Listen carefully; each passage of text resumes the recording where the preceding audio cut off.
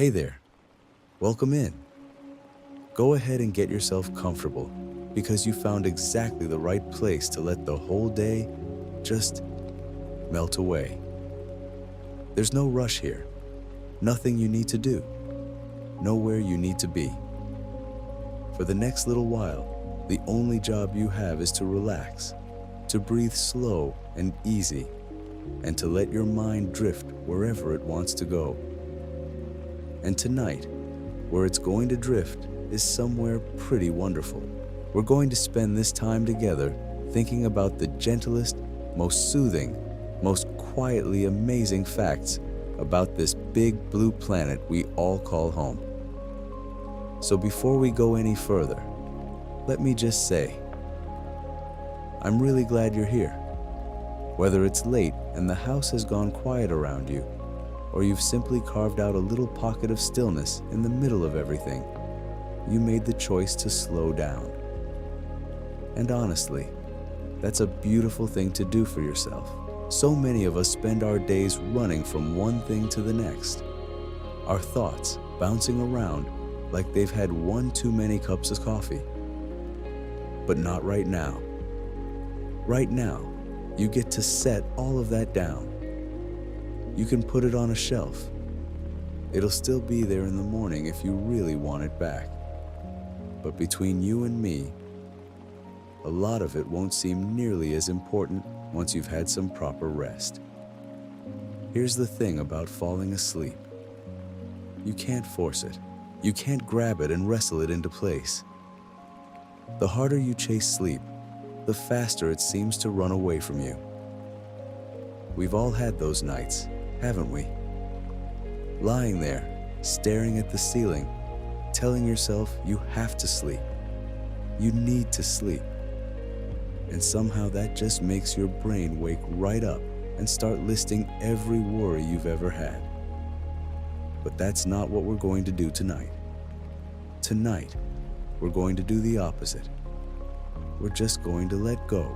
We're going to let your body sink into wherever you're lying, and we're going to give your busy mind something soft and gentle and endlessly interesting to rest on, like a warm blanket for your thoughts. And that's really what these little facts are for.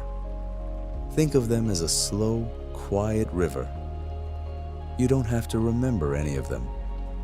You don't have to concentrate. There's no test in the morning. I promise, you can drift off in the middle of a sentence and miss the ending entirely. And that's not just okay. That's actually the whole idea. If you fall asleep before I finish, then I've done my job right. My only wish for you tonight is that you rest deeply, and that you wake up feeling like the world is a little softer than you remembered. Now, if you enjoy these quiet journeys, if this is the kind of thing that helps carry you off to sleep, do me one small favor sometime when you're awake and it's daytime and you've got a free moment. Go ahead and tap that like button and maybe subscribe to the channel. It's a tiny thing, but it genuinely helps these calm little corners of the internet reach more tired souls who need them. Because that's what we're doing here. Night after night, we're helping the world get a little more rest, one sleepy soul at a time. And you being here, you being part of that, well, it means more than you know. But don't you dare get up to do it now. Stay right where you are. Stay cozy. That can all wait for the daylight. Okay, let's begin the way we always should, with the breath. It's the simplest thing in the world, and yet it's the quickest way to tell your whole body that it's safe now, that it can stand down, that the day is done. So wherever you are, just notice the air moving in and out of you. You don't have to change anything at first. Just notice it, the gentle rise, the gentle fall. Your body has been doing this all day long without you asking, faithfully, quietly, keeping you going through everything. And now you get to simply enjoy it. Let's take one slow breath in together, through the nose, nice and easy, filling up gently, no strain, and then let it go, slow and long, like a sigh at the end of a good day. There. Feel how your shoulders drop just a little when you do that? Most of us carry our whole day right there in our shoulders, up around our ears, without even realizing it. So let them fall. Let them be heavy. Let's do it once more, breathing in that cool, calm air, and breathing out everything you don't need to hold anymore. Beautiful. You can keep that soft, slow rhythm going on your own now, in the background, while we talk. There's nothing you have to keep track of. Your breath knows the way. And now, let your thoughts widen out a little. Picture, if you like, this planet of ours, turning ever so slowly in the dark. Right now, as you're lying here getting comfortable, the Earth is doing what it has done every single day for billions of years. It's turning its face away from the sun, wrapping this side of the world in a soft blanket of night. And all across your part of the globe, countless other people are doing exactly what you're doing right now, turning off their lamps, pulling up their blankets, letting the day dissolve behind them. You're not alone in this. There's a whole quiet chorus of people all around you, all settling down to rest at the very same moment. There's something deeply comforting in that, I think.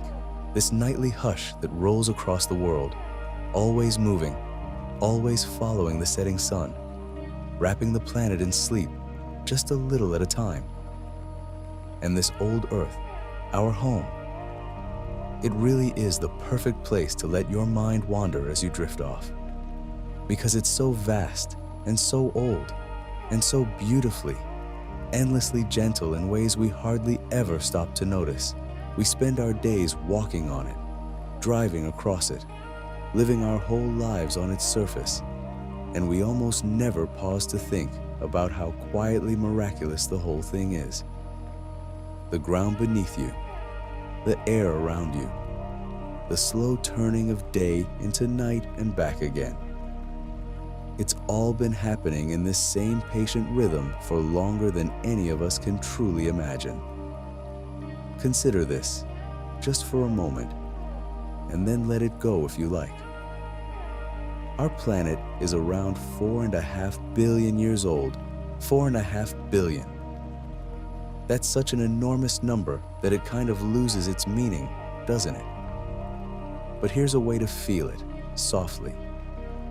If you imagined the entire history of the Earth squeezed down into a single day, from midnight to midnight, then all of human history, everything, every person who ever lived, every city ever built, every song ever sung, all of it would fit into just the last few seconds before midnight. Isn't that something? All our worries, all our hurry, all the things that felt so urgent today, they're just the tiniest flicker in an unimaginably long, calm, patient story. And there's a real peace in that. Whatever's been weighing on you, the Earth has seen far, far bigger things come and go, slowly, and without any fuss at all. I love thinking about that as I fall asleep. This sense of being held by something so much older and steadier than myself. You don't have to do anything to earn your place here. You don't have to accomplish anything. The Earth just keeps turning, keeps holding you up, keeps you spinning gently through space at a speed you can't even feel. Right now, as you lie here perfectly still, feeling like you're not moving at all, you're actually racing around the sun at an incredible pace. And yet it feels like the calmest thing in the world. That's the Earth for you, doing the most extraordinary things in the quietest possible way. So that's where we're headed tonight, on a slow, wandering, gentle tour of the most soothing things about our home. We'll drift over deep, still oceans and quiet, ancient forests. We'll think about the soft glow of the moon and the slow drift of the clouds. We'll wander through facts that are just interesting enough to give your mind a soft place to land, but never so exciting that they'll keep you awake. Little by little, sentence by sentence, we're going to lower you down into rest, like leaves settling onto still water. And remember, there's nothing to hold on to here. If your attention wanders off, that's fine. If you lose the thread of what I'm saying, that's fine too. My voice is just here to be a gentle, steady presence in the background, like the soft hum of rain on a roof or wind moving slowly through the trees. You can follow along if you want, or you can just let the sound of it carry you off. Either way, you're doing it exactly right. Let's take one more easy breath together before we go on. In, slow and soft, and out, letting go of just a little bit more. Feel how your body is a bit heavier now than when we started, a bit warmer, a bit more sunk into the softness beneath you. That's your body remembering how to rest. It knows how. It's always known how. Sometimes it just needs a quiet moment and a gentle voice to remember. So stay with me here, in this calm little pocket of the night. There's no clock in this place.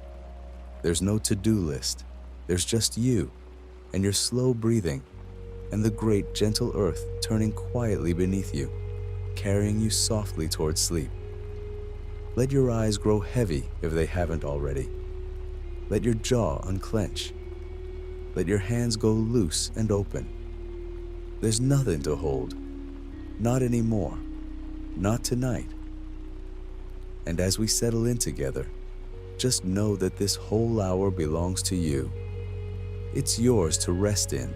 So let's wander slowly and sleepily through the most relaxing facts about this beautiful blue world of ours, and let them carry you gently all the way down into the softest, deepest sleep.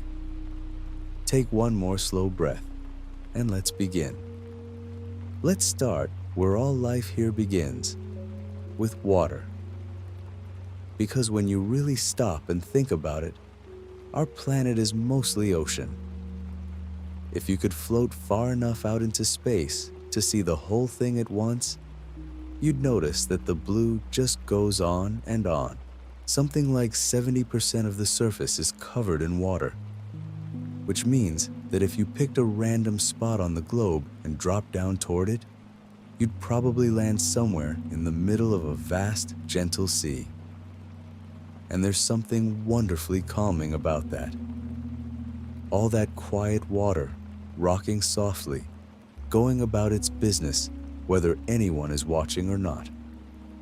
Most of that ocean is a place no human has ever been. We've mapped the surface, of course, and we've sailed across it for thousands of years. But down below, in the deep, there are enormous stretches of the seafloor that no eyes have ever seen. It's dark down there, and still, and cold, and the water lies in slow, heavy layers that barely move at all. Whole mountain ranges rise up from the bottom, taller than anything on land, and they just sit there in the silence, patient and undisturbed, wrapped in a darkness that has never once been broken by the sun. I find that idea strangely soothing. All that quiet, all that stillness, existing right now, tonight, while you lie here getting sleepy. There are places on this planet where absolutely nothing is happening in a hurry, where a single grain of sand might drift down through the water for days before it finally settles on the bottom. Imagine that, a tiny speck falling so slowly through the dark, taking its time, in no rush to arrive anywhere. That's the pace of the deep ocean. Gentle, unbothered, endlessly patient. And the water itself is always moving, even when it looks perfectly still. There are these great, slow currents that wind their way around the whole world, like enormous rivers flowing through the sea. One of them carries warm water up from the tropics, all the way across the Atlantic, keeping distant shores a little milder than they'd otherwise be. It takes a single drop of water something like 1,000 years to make the full journey around this deep ocean loop. 1,000 years, drifting quietly along, going wherever the water goes. It makes our own little worries feel wonderfully small, doesn't it? While you sleep tonight, and tomorrow night, and every night for the rest of your life, that water will just keep on drifting, slow and steady, in no hurry at all. Let's drift up now, out of the deep, toward the surface, where the light comes back and the waves roll softly toward the shore. Have you ever noticed how the sound of waves can lull you right to sleep? There's a reason for that, and it's a lovely one. The rhythm of the waves is slow and regular, somewhere close to the pace of a resting breath or a calm heartbeat. When your ears pick up that steady, repeating hush, your body seems to recognize it as a signal that everything is safe, and everything is calm, and it's all right to let go. It's one of the oldest, gentlest sounds on earth, and some part of us has been listening to it and being soothed by it for a very, very long time. And speaking of the tides, those slow, patient waves that creep up the beach and then slip away again, do you know what's actually pulling them? It's the moon. That soft, pale light hanging up there in the night sky is reaching all the way down and gently tugging on the oceans, lifting them up just a little, then setting them down again, twice a day, every single day, without ever once taking a break. The moon has been doing this for billions of years. Long before there were any beaches for anyone to walk along, the moon was already there, quietly lifting the water in that same slow, endless rhythm it keeps tonight. I love thinking about the moon as I settle into sleep. It's such a calm, faithful companion. It doesn't shine with any light of its own, you know. That soft silver glow is really just sunlight, bouncing off the moon's dusty gray surface and drifting all the way back down to us. So when you look up at a full moon on a clear night, you're really looking at gentle, borrowed sunshine, softened and cooled by its long journey through space. It's the light of the day, coming to visit you in the middle of the night, just to keep you company. And the moon is very slowly drifting away from us, just a tiny bit each year, about the same rate that your fingernails grow. It's not going anywhere anytime soon, so there's nothing to worry about there. But it means that long ago, the moon hung much closer and much larger in the sky. And far, far in the future, it'll be a little smaller and a little further off. Everything on this planet is drifting and changing at its own slow, unhurried pace. Nothing stays exactly the same, and yet nothing ever seems to be in a rush. The moon takes millions of years just to inch a little further into the dark. That's the kind of slow this world runs on. Let's come back down to the land now, gently, like a feather settling. Let's think about mountains for a while, because mountains have a wonderful way of putting things in perspective. When you stand at the foot of a great mountain and look up, it feels like the most solid, permanent thing in the world. Like it's always been there and always will be. But the truth is that mountains are born, and they grow, and they wear away. Just like everything else, it just happens so slowly that a whole human life is far too short to notice any of it. Deep beneath your feet, the ground is very slowly moving. The whole surface of the earth is broken up into enormous pieces, like the cracked shell of an egg, and those pieces drift around on the soft, warm rock below.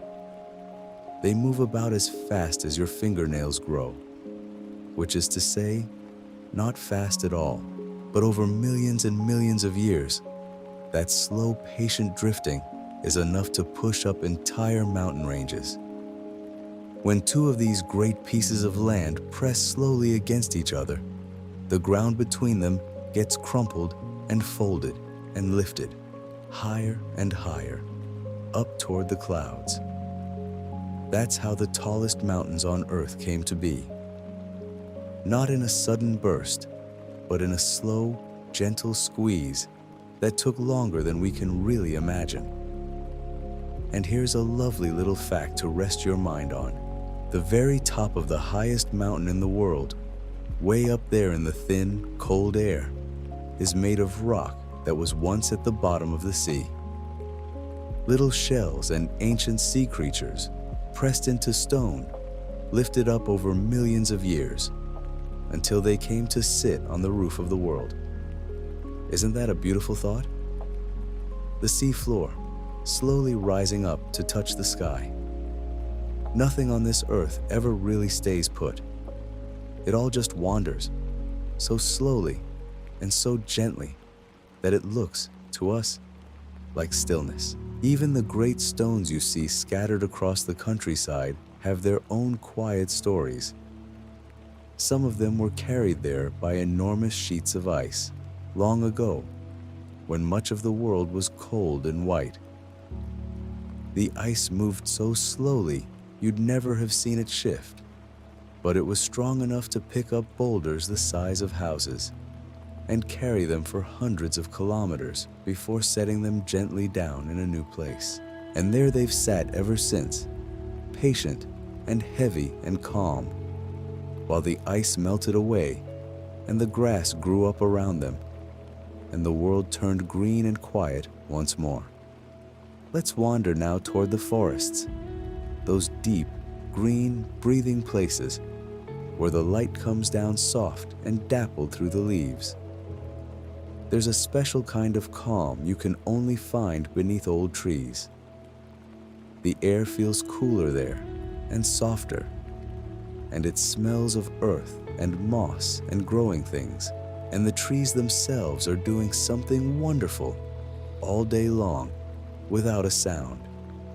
They're breathing in the air we breathe out, and breathing back the clean, fresh air that keeps us alive.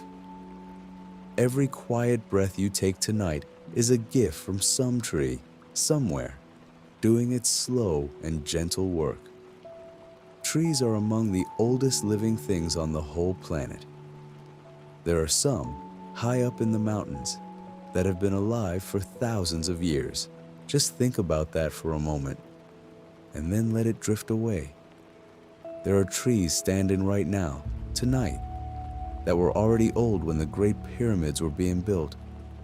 They've stood through every storm, every winter, every long, quiet summer, for longer than any nation has existed.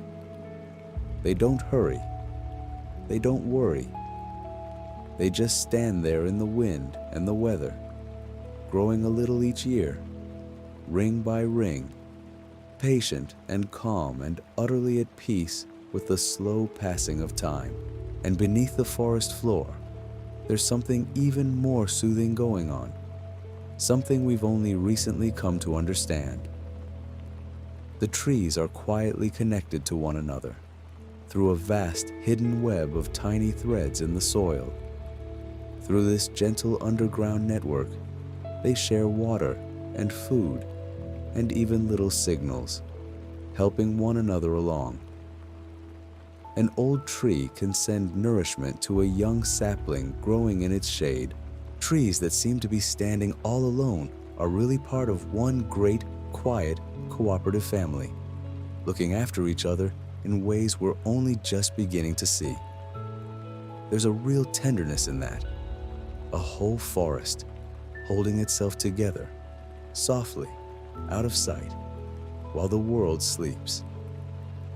Let's rise up again, slowly, above the treetops, and think for a moment about the sky, about the clouds drifting so lazily overhead. Clouds seem so soft and light, don't they? Floating up there without a care. And yet a single fluffy white cloud, the kind you might watch drift by on a summer afternoon, can hold an astonishing amount of water. But it's spread out into countless tiny droplets, each one so small and so light that it simply floats, held up by the gentlest movements of the air. That's why clouds drift so slowly and so peacefully. All that water, carried along without any effort at all, moving wherever the soft breezes take it. And clouds are endlessly patient too. They form, and they drift, and they dissolve, and they gather again somewhere else, over and over, in no particular hurry. Water rises up quietly from the oceans and the lakes, gathers into clouds, drifts across the sky, falls softly as rain, and makes its slow way back to the sea again, only to rise once more. Round and round it goes, this gentle cycle, endlessly, the same water that's been here since the very beginning. The rain that taps against your window tonight has fallen 1,000 times before, in 1,000 faraway places, and it'll rise up and fall again long after tonight is just a distant, peaceful memory. So the very same water might have drifted through a cloud over an ancient forest and rolled in a wave onto some quiet shore and trickled down a mountain stream, all long before it ever came anywhere near you. Water never really disappears. It just keeps moving, gently, in that same slow, endless loop, patient as ever. And you're part of that loop too. You know, the water inside you tonight has been on the most extraordinary journey to reach you. And one day, it'll carry on wandering, off into the world again, calm and unhurried, just as it always has. Let yourself sink a little deeper now, as we drift along together. Feel how your breathing has slowed all on its own, matching the slow rhythm of these gentle thoughts. There's nowhere you need to be, nothing you need to figure out, just the soft turning of the world, and the slow drift of the water, and the patient old mountains, and the breathing trees, all going quietly about their business while you rest. Let your shoulders drop a little further from your ears. Let the last bit of tension slip out of your hands, out of your face, out of your jaw.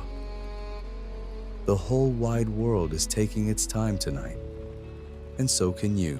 Now, let's drift a little further afield, gently, and think about something you carry with you every single day, without ever really noticing it. The very ground beneath your feet, the soil itself, that ordinary brown earth we walk over without a second thought. It turns out that a single handful of healthy soil, the kind you might scoop up in a garden on a warm afternoon, holds more living creatures than there are people on the entire planet. Billions upon billions of tiny beings, all going quietly about their lives down there in the dark, breaking things down, building things up, tending the earth so patiently that flowers and trees and whole meadows can grow. Isn't that a lovely thing to imagine? A whole bustling world, right there under the grass, working away softly while you sleep, asking nothing of you at all, and every green and growing thing you've ever seen owes its life to that hidden, humble little world beneath the surface. And here's something even gentler to rest your mind on. That soil, that dark and crumbling earth, is made in part from stone that has slowly worn away over unimaginable lengths of time. Rain falls and wind blows, and the seasons turn, warm to cold and back again. And bit by bit, the hardest rock softens and breaks and becomes something soft enough to hold a seed. It takes hundreds of years, sometimes thousands, to make just a thin layer of good soil, no deeper than your finger. So the ground you stand on is, in a very real way, a kind of slow gift from the ages, handed down through countless quiet centuries, so that life could take root and flourish. There's no hurry in any of it. The earth builds itself in whispers, one grain at a time, and it has all the patience in the world. Let's let our thoughts wander now, softly, toward the great rivers of the world. We've drifted over the oceans already and thought about the water rising and falling through the clouds. But rivers have a gentleness all their own. A river begins as the smallest thing imaginable, just a little trickle high up in the hills, a place where the ground is damp and a thread of water starts to move downhill. And it joins with another little trickle and then another, and slowly, patiently, they gather together until what began as almost nothing becomes a wide and steady flow, winding its way across the land toward the sea. A great river might take weeks, even months, to carry a single drop of water all the way from its beginning in the mountains down to the ocean at last. There's no rushing it. It simply follows the shape of the land, always taking the easiest path, always flowing downhill, curving and bending and pooling wherever it needs to, in no hurry to arrive. And rivers, over enough time, can carve their way through solid rock. There are places in the world where a river has worn a canyon so deep that if you stood at the bottom and looked up at the walls on either side, you'd be looking at layers of stone that took millions of years to form. The river didn't force its way through with any great violence. It simply kept flowing, softly, day after day, year after year. And the gentle persistence of all that quiet water was enough, in the end, to shape the land itself. I find something deeply calming in that. The idea that the softest, most yielding thing, water, can slowly shape the hardest stone, not by force, but just by never stopping, never straining, always following its own easy way downhill. Now, let your thoughts float upward again, higher this time, past the clouds, up to where the sky begins to darken and the first faint stars appear. And let's think, just for a little while, about how gently the night arrives.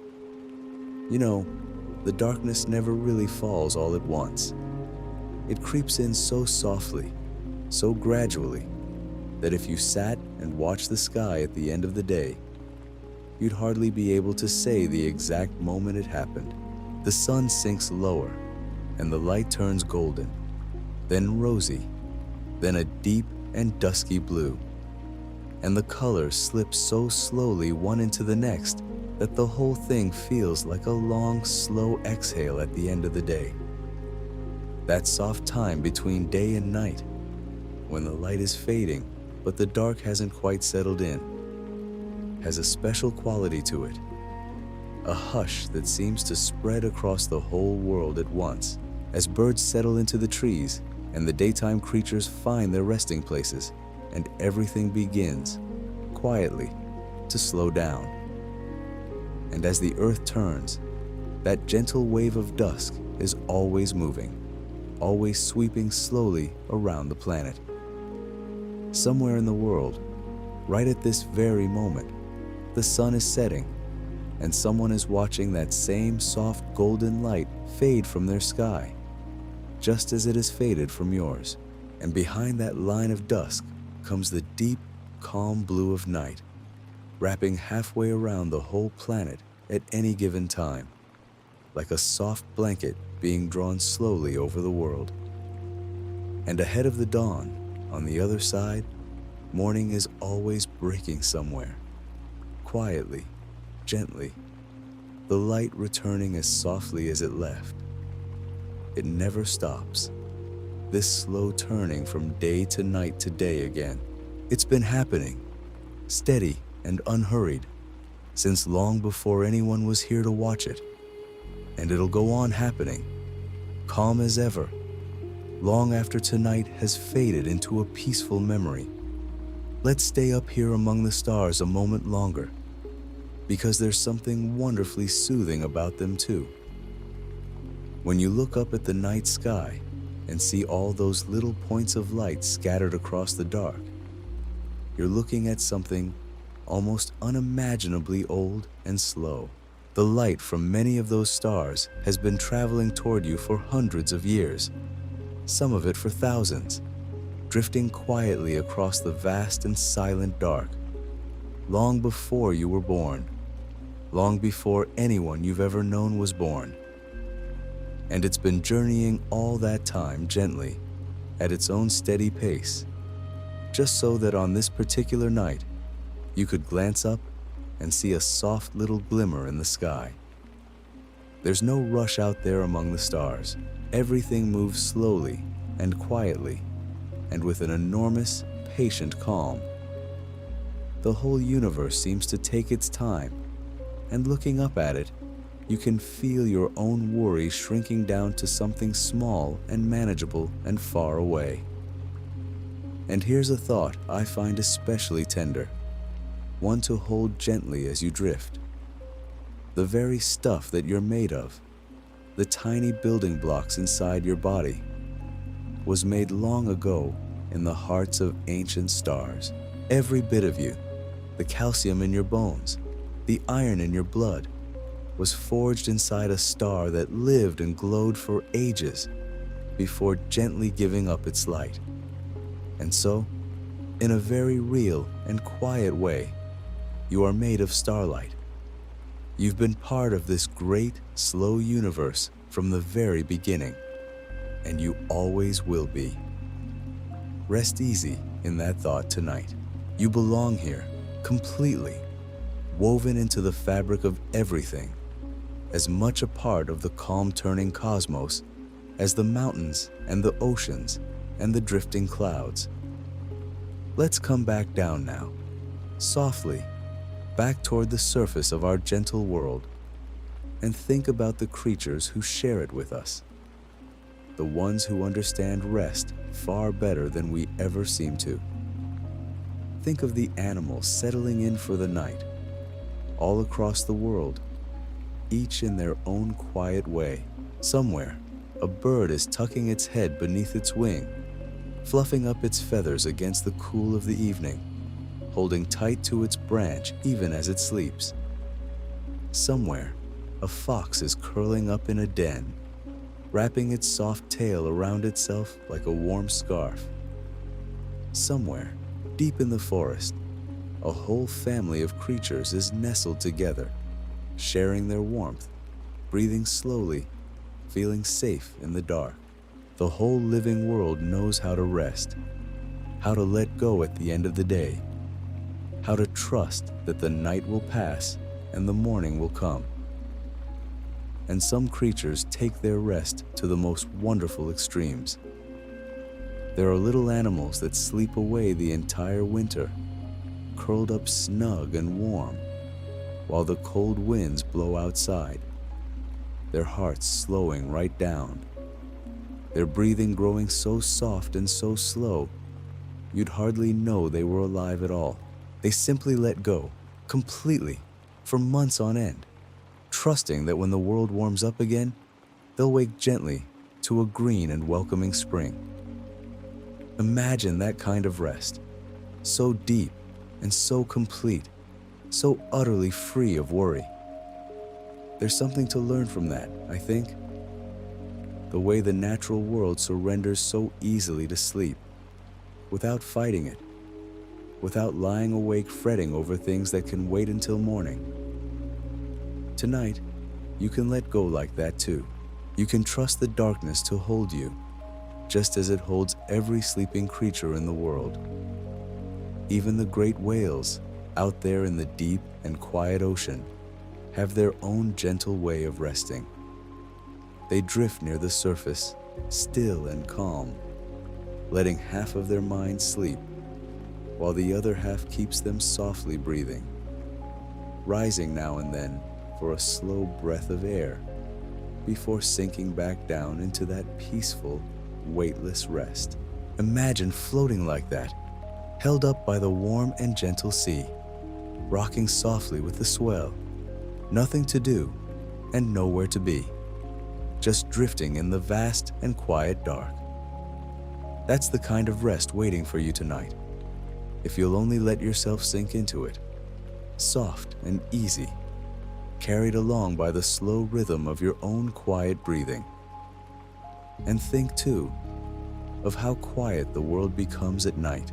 All those daytime sounds, the bustle and the chatter and the endless busy noise, they fade away as the darkness settles in, and a great soft hush spreads over everything.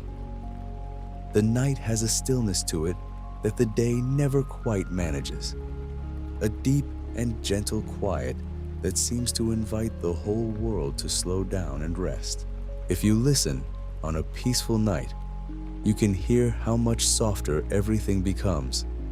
The gentle sounds of the dark, the whisper of a breeze through the leaves, the far-off call of some night creature, the small and comforting noises of a world at rest.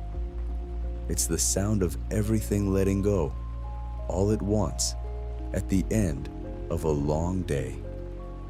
There's a reason the night feels so restful, and it's woven deep into who we are. For as long as there have been people, we've followed this same slow rhythm, awake with the light, asleep with the dark, our bodies gently tuned to the turning of the world. When the sun goes down, something inside us begins, all on its own, to wind down and prepare for rest. Your body knows how to do this.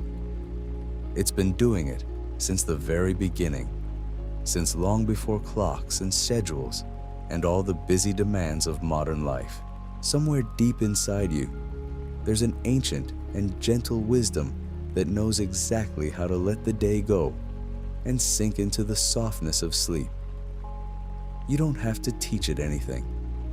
You only have to let it happen, the way it always has, the way it always will. So let yourself settle into that old, familiar rhythm now, the same one that's carried countless sleepers gently through the night since the beginning of time. You're not doing anything new or difficult here. You're simply doing what every living thing has always done at the end of the day, surrendering, softly, to the quiet dark. And all around you, the whole slow world is doing exactly the same, turning gently through the night, holding you safe as you drift, asking nothing of you at all except that you let yourself rest. You know, here's something I love to think about as the night settles in. Our days are very slowly getting longer, not the kind of longer you'd ever notice, not in a lifetime, not in 1,000 lifetimes. But little by little, the earth is turning just a tiny bit more slowly than it used to. Long, long ago, back when the world was young, a single day lasted only about 6 hours. The planet spun round so much faster then, and over countless ages, so gently you could never feel it. The days have been stretching out, growing longer and slower and calmer. Every 100 years or so, a day gets longer by just the smallest sliver of a second. Isn't that a soft thing to think about? Even time itself, in a way, is slowing down, easing off, taking things a little more gently as the ages roll by. And here you are tonight, part of that same slow unwinding, letting your own hours stretch out long and quiet around you. And while we're thinking of slow, gentle things, let your mind drift for a moment to the deserts of the world. I know, a desert doesn't sound like the most restful place, all that sun and sand. But at night, a desert becomes one of the quietest, softest places on the whole earth. When the sun goes down, the heat drains away, and a deep, cool stillness settles over all those endless dunes. And here's the loveliest part. In some deserts, the sand itself can sing. It's true, when the wind moves just right across certain great dunes, or when the sand slips slowly down a slope, it lets out a low, gentle hum, a soft and rolling sound that can carry for miles across the emptiness. People who've heard it say it's like a deep, faraway note, almost like the earth itself humming quietly to itself in the dark. Imagine that. A whole sea of sand, singing softly under the stars, with no one around to hear but the night. Speaking of the stars, think for a moment about the gentle lights that sometimes dance across the sky in the far north and the far south of the world. Great, slow curtains of green and pink and violet, rippling silently overhead, folding and unfolding like something out of a dream. They come from the earth itself, from an invisible shield that wraps all the way around our planet, keeping us safe and gathering up little bits of light from the sun.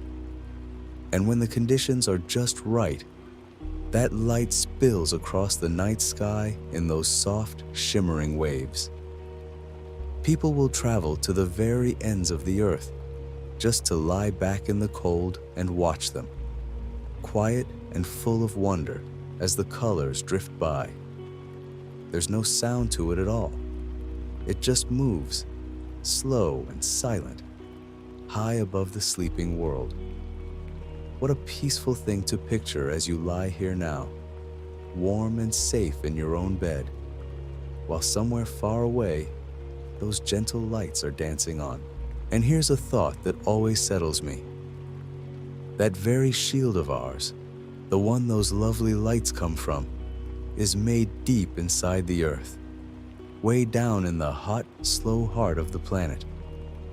Far beneath your feet, deeper than any mine or cave has ever reached, there's a great core of metal, and it turns slowly, endlessly, generating an invisible field that reaches out into space and folds all the way around us.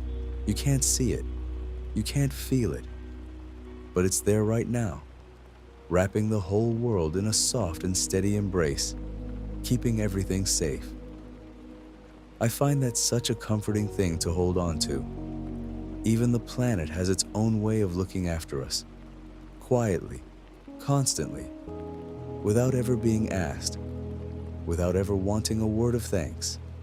Let your thoughts wander now to something small and simple and lovely. The little drops of dew that gather on the grass at night. All through the dark hours, while the world is sleeping, the cool air lets go of the tiniest bit of moisture, and it settles softly onto every blade of grass, every leaf, every spider's thread, in perfect silver beads. And in the morning, when the first light comes, the whole world sparkles with them, thousands upon thousands of tiny drops, each one catching the light. It happens every single night, quietly, while no one's watching. The world is forever making these small, beautiful things in the dark, asking nothing, expecting no one to notice. And whether anyone sees them or not, there they are at dawn, gleaming on the grass, a soft and gentle gift from the quiet of the night. Think, too, of the great rivers of ice that move so slowly through the mountains of the world. We call them glaciers, and they are, in a way, the slowest rivers of all. They're made of snow, packed down over hundreds and thousands of years, pressed so tight and deep that it turns to ancient blue ice. And though they look completely still, though they seem as fixed as the mountains themselves, they are in fact moving, creeping downhill so gently that you'd need to watch for a whole year just to see them shift the length of your arm. Deep inside that ice, there are little bubbles of air, pockets of the sky from long, long ago, trapped and held for thousands of years. When the ice finally melts, that ancient air slips free at last, a breath of the world from before there were cities or roads or any of us at all. Imagine that. A whole slow river of frozen time, easing down the mountainside so gently that you could sleep a lifetime and never see it move. And here's a fact that always makes me smile as I'm drifting off. There's a smell that comes just after it rains. That soft, earthy, green smell that rises up from the ground when the first drops fall on dry soil. You know the one. It has a name, and the name is almost as lovely as the smell itself. It comes from tiny things living down in the earth, and from the oils that plants leave behind, all released into the air the moment the rain arrives. Our love of that smell runs very, very deep. Some say it goes all the way back to our earliest ancestors, who would have felt such relief when the rains finally came after a long dry spell. So when you catch that scent on the air and feel something in you relax, that's an old, old feeling, carried down through countless generations. A quiet little joy that's been passed along to you like a gift. Rain is coming, it whispers. Everything's going to be all right. You can rest now. Let yourself drift a little deeper still and picture the great coral reefs beneath the warm and shallow seas. They look like gardens, like whole underwater cities built of stone and color. But every bit of them is alive, made by creatures so small you could hardly see a single one on its own. Working together over thousands and thousands of years, these tiny creatures build reefs so vast they can be seen from far up in the sky. And at night, the reef doesn't sleep the way you might think. It softly changes shift. The bright fish of the daytime tuck themselves into little nooks and crannies to rest, and out come the quiet creatures of the night, moving slow and gentle through the dark water. And some corals, in the deep of night, will glow with the faintest, softest light of their own, a pale and dreamy shimmer down there in the dark. A whole silent city, built by the smallest of hands, glowing gently beneath the waves, while the world above it sleeps. That soft glow in the dark, by the way, is something you can find all over the natural world if you know where to look. There are little creatures in the sea that light up when the water stirs, so that a wave breaking on the shore at night can shimmer with a cool blue glow, as if the ocean were scattered with fallen stars. There are tiny insects that drift through summer meadows, blinking their gentle lights, calling softly to one another in the warm dark. There are even mushrooms, deep in old forests, that give off the faintest green glow from the forest floor. All these little lamps, lit not by fire or by any hand of ours, but by life itself, glowing quietly away in the dark corners of the world. Isn't that a soft and dreamy thing to imagine? All those tiny lights, flickering gently in the night, keeping the darkness company while the world rests. And think of the birds that travel across the whole face of the earth as the seasons turn. When the cold begins to creep in, great flocks of them lift into the sky and set off on journeys of thousands and thousands of miles, following the same paths their kind have followed since long before anyone can remember. Some of them fly through the night, navigating by the stars overhead. The very same stars you might see if you looked out your window right now. And some of them, the truly astonishing ones, can even sleep on the wing, catching little scraps of rest as they glide along through the dark sky, never once needing to land. Picture that for a moment, a soft and drowsy thing to hold in your mind. A bird, high up in the quiet night air, drifting on outstretched wings, half asleep, carried gently along by the wind, following the old paths across the sleeping world. Here's another gentle thing to think about. Deep down in the ground, in caves that no sunlight has ever touched, there are formations of stone that grow so slowly it takes your breath away. Water trickles down, drop by drop, over thousands of years, and each drop leaves behind the tiniest trace of mineral. And little by little, so slowly, you could never watch it happen, great columns and curtains and delicate spires of stone begin to grow. Some of them take 100 years just to grow the width of a single hair, and they've been growing like that, patiently, in the perfect silence and the perfect dark, for longer than we can really imagine. There are caves down there right now, deep beneath the sleeping world, where a single drop of water is falling, ever so gently, as it has fallen for 100,000 years, quietly building something beautiful that no one may ever see. There's a deep peace in that, I think. Beauty made slowly, in the dark, for its own sake, asking nothing at all. And let me leave you with this soft little thought. The whole earth, this great round world spinning gently through space, actually hums. It's true. The planet has its own quiet music, a sound far too low and slow for us to ever hear, made by the wind and the waves and the slow breathing of the seas as they push and pull against the shore. Scientists have listened for it with their finest instruments, and there it is, a deep and endless note. The earth humming softly to itself, on and on, without ever stopping. A lullaby that's been playing since long before any of us arrived, and will go on playing long after we're all fast asleep. You can't hear it, but it's there right now, all around you, holding you. A gentle and unbroken song for the whole sleeping world.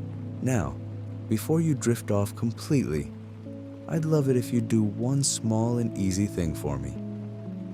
Somewhere down below this, in the comments, why don't you tell me which of these little facts you liked best? Or maybe share the one soft thing that always helps you fall asleep at night. I read them all, honestly, and there's something so lovely about a whole gathering of people, all settling in to rest at the end of their own long days, sharing the little things that bring them peace. You don't have to do it right now, of course. Let it wait until morning if you'd rather, if your eyes are already growing heavy and your thoughts are beginning to wander off.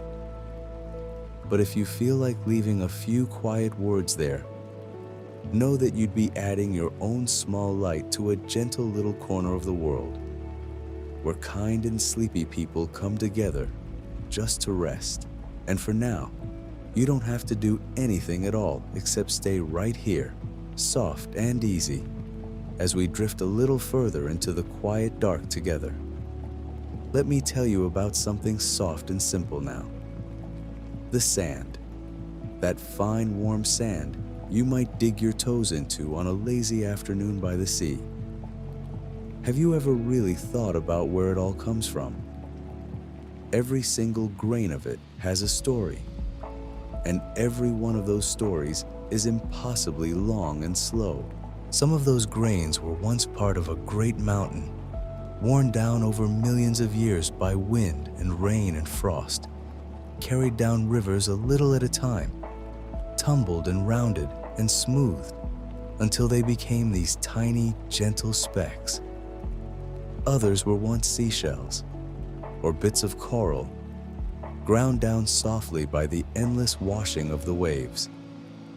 So when you hold a handful of sand, you're really holding a handful of ancient mountains and old seas, all resting quietly in your palm.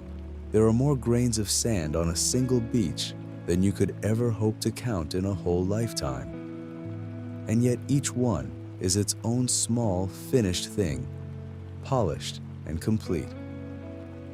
I find something wonderfully peaceful in that. All those countless little pieces lying there together in the warm dark, having traveled such a long, long way just to rest at the edge of the water.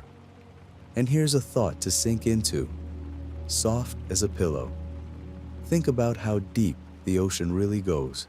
We've drifted over the surface of it together already, felt the gentle rise and fall of the waves. But down below, it keeps going far, far further than most of us ever picture. In the very deepest place in all the seas, the water goes down so far that if you were to take the tallest mountain in the world and set it down there, the very peak of it would still be hidden, more than a mile beneath the surface. And down in that deep, deep place, everything is calm. There are no waves down there, no storms, no wind. The water barely moves at all. It's dark, and it's cool, and it's still. And it has been that way for longer than anyone can imagine. Strange and gentle creatures drift through that darkness, glowing softly with their own quiet light, going about their slow and peaceful lives in a world that never sees the sun. There's a whole hidden kingdom down there, calm beyond calm, and it's part of this same world you're resting on right now. Let yourself sink down toward that stillness, just a little, as you settle deeper into the dark. Now let your thoughts float upward for a moment, all the way up to something you've surely seen 1,000 times without ever stopping to marvel at it. A rainbow, that soft arc of gentle colors, hanging so quietly in the sky after the rain has passed. Do you know what's happening when you see one? The sunlight, that plain white light we hardly ever think about, is passing through millions of tiny raindrops. And each one of those little drops is bending the light ever so slightly, splitting it apart into all its hidden colors.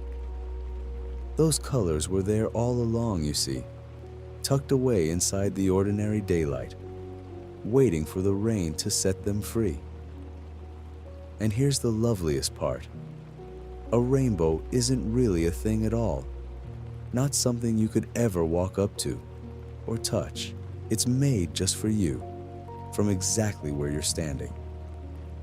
The person next to you sees their own rainbow, made from different drops of rain, and someone far away sees another one entirely.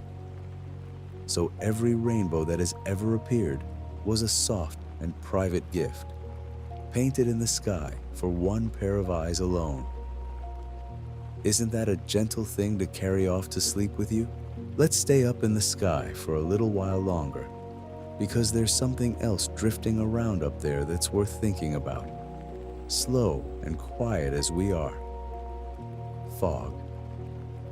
That soft gray blanket that sometimes settles over everything in the early morning, hushing the whole world and blurring all its hard edges.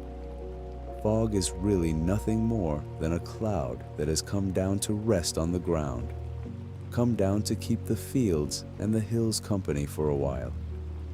When you walk through fog, you're walking right through the middle of a cloud, moving gently among the very same tiny droplets of water that float high overhead.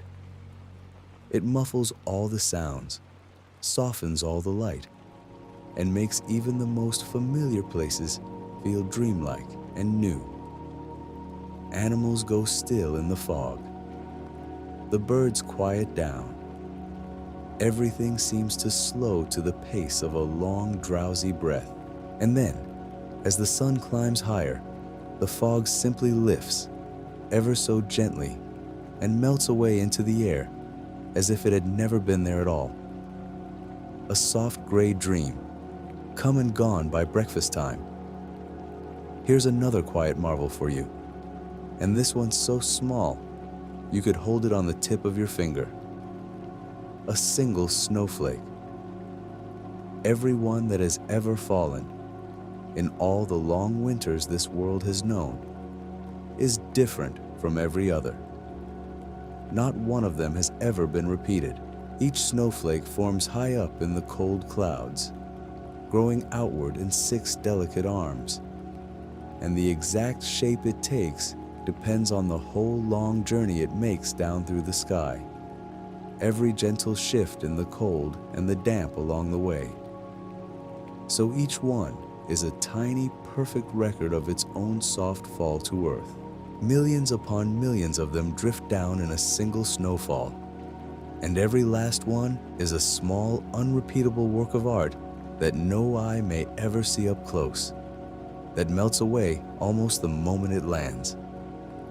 And they fall so quietly, don't they? Snow is about the softest sound in all the world, which is to say, almost no sound at all, just a deep and gentle hush settling over everything, tucking the whole landscape in beneath a soft white blanket. Picture that now, if you like, the snow falling slow and silent in the dark, each flake its own little secret, drifting down to rest. Let your mind wander now to the honeybees, those small and busy workers of the summer days. There's something so soothing about them once you slow down and really think about their gentle world. To make just a single small spoonful of honey, the bees of a hive together visit thousands upon thousands of flowers, flying out into the warm air day after day, gathering the sweetness a tiny drop at a time and carrying it home. It's patient, careful work, done without any hurry, done the same way it has been done for millions of years, long before there were any people around to taste it. And inside the hive, everything moves to its own soft and ancient rhythm. On a warm summer night, when the day's work is done, the bees gather together in the dark of the hive and grow still, resting close against one another, keeping each other warm until the morning comes. Even the busiest little creatures need their rest, you see. Even the bees settle down into the quiet when night falls, just as you're settling down now. And speaking of small and patient things, let me tell you about the moss, that soft green carpet you find growing over old stones and fallen logs and the shady sides of trees. Moss is one of the oldest kinds of plant on the whole earth, far older than the flowers, older even than the great trees. It was here long, long before almost anything else that grows, spreading its soft green quiet over the world back when everything was young. Moss doesn't rush. It has no need to. It grows slowly, gently, asking for almost nothing, just a little shade and a little damp. And it turns the hardest, coldest stone into something soft and living and green. Walk through an old forest and you'll find whole worlds of it, thick and plush and inviting, muffling your footsteps cushioning everything it touches. People have been resting their heads on beds of moss for as long as there have been people at all. There's a reason it feels so restful to look at. All that deep, soft green. It's the color of patience, the color of slow and gentle time, the color of a world that's in no hurry to be anywhere at all. Now here's a lovely, far-traveling thought to drift along with. Twice a year, up in the high, cold north, there are places where the whole land goes quiet under the snow. And there are other places, far to the south and warm and green, that are teeming with life. And in between, all across the world, tiny creatures make the most extraordinary journeys to follow the gentle weather. There's a certain small and delicate butterfly, no heavier than a feather, that travels thousands of miles across whole continents, generation after generation, to reach the same peaceful groves of trees its ancestors rested in. Trees that this particular butterfly has never seen and could never remember. And yet somehow, it knows the way. It finds that same quiet forest, that same soft resting place, guided by something ancient and gentle woven deep inside it. Millions of them gather there together, folding their wings and settling in to rest, covering the trees so thickly the branches bend beneath them. Imagine that. A whole forest, hushed and still, draped in resting butterflies, each one having flown an impossible distance just to find that one peaceful place to be still.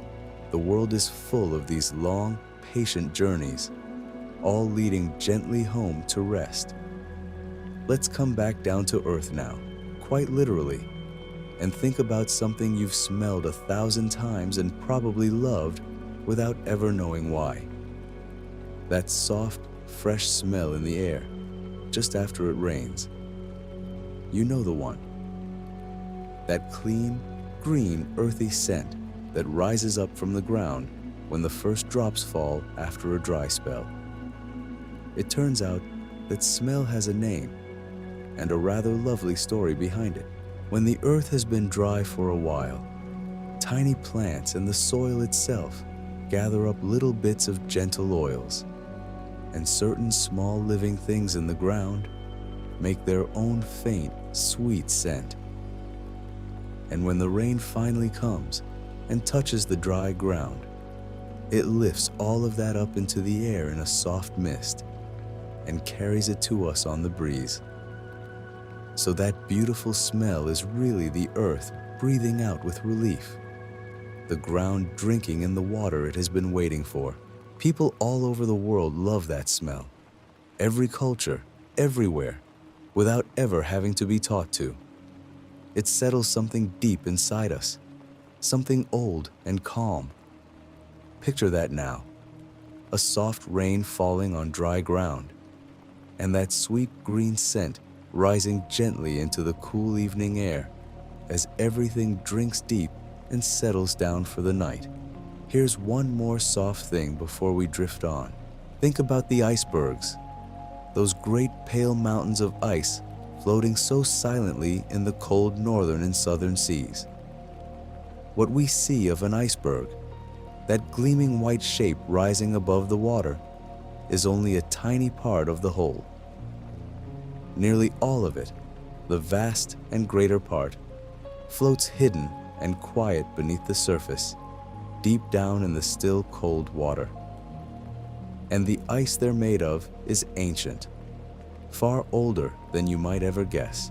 Some of it fell as snow thousands of years ago, snow that drifted down softly onto some frozen land, back when the world was very different, and was pressed down slowly, layer upon gentle layer, packed tighter and tighter over the long centuries, until it became this deep, blue, glassy ice. So an iceberg drifting past you today is carrying snow that fell before any city was ever built, before almost any of the stories we know were ever told. It floats along so calmly, in no hurry, a great slow traveler of frozen time, melting a little as it goes, gently giving its ancient water back to the sea. There's a deep and quiet dignity in that, I think. Something so old, drifting so peacefully on its long, slow journey home. And let your thoughts rest now on the great forests of the far north, that endless belt of dark green trees that wraps almost all the way around the top of the world. It's the largest forest on the whole planet, so wide and so deep that much of it has never felt a human footstep, and perhaps never will. Mile after mile after mile of tall, patient evergreens, standing quietly in the cold, clean air, holding the snow on their branches through the long winters. It's one of the great silent places of the earth, a vast green hush stretching further than you could ever walk. The animals there move softly through the trees, and the snow falls without a sound, and the whole enormous forest simply breathes, slow and deep, cleaning the air for the entire world, giving off the oxygen we all quietly borrow with every breath we take. Even right now, as you lie here growing heavier and softer, that great northern forest is out there in the dark, breathing gently along with you, keeping its slow and ancient watch over the sleeping top of the world. You breathe in, and somewhere a forest breathes out. You breathe out, and it breathes in. Two gentle, unhurried rhythms, rising and falling together, all through the long and peaceful night. And while your breath keeps rising and falling like that, soft and slow, let your mind drift down from those great northern woods and settle somewhere gentler still. Let's think for a little while about the rain, not the storm, not the wind and the thunder, but the quiet, ordinary rain that falls on a still afternoon. Every single drop that falls has made the longest, most patient journey you could imagine. It began somewhere out over the sea, lifted up invisibly into the warm air, drifting for miles and miles as part of a cloud, waiting, gathering, growing heavier and heavier with all its brothers and sisters, until at last it grew too heavy to float any longer, and it let go, and it fell. And that one drop, so tiny you could barely feel it on the back of your hand, took its own sweet time coming down to you, floating and tumbling gently through the air. There's no hurry in a raindrop. It simply falls when it's ready and lands where it lands and soaks softly into the ground and rests. And then, some quiet day far off, the sun will lift it up all over again, and it will begin the whole slow journey once more. Round and round, over and over, the same old water that has been falling on this world since long before there were any eyes to watch it fall. Now let your thoughts settle even softer and think about something you almost never notice, something that's happening all around you right now in the dark. Think about the way the world cools down at night, the way the heat of the day slips slowly away once the sun goes down. All day long, the ground soaks up the warmth of the sunlight. The stones and the soil and the walls of houses drinking it in, growing warm to the touch.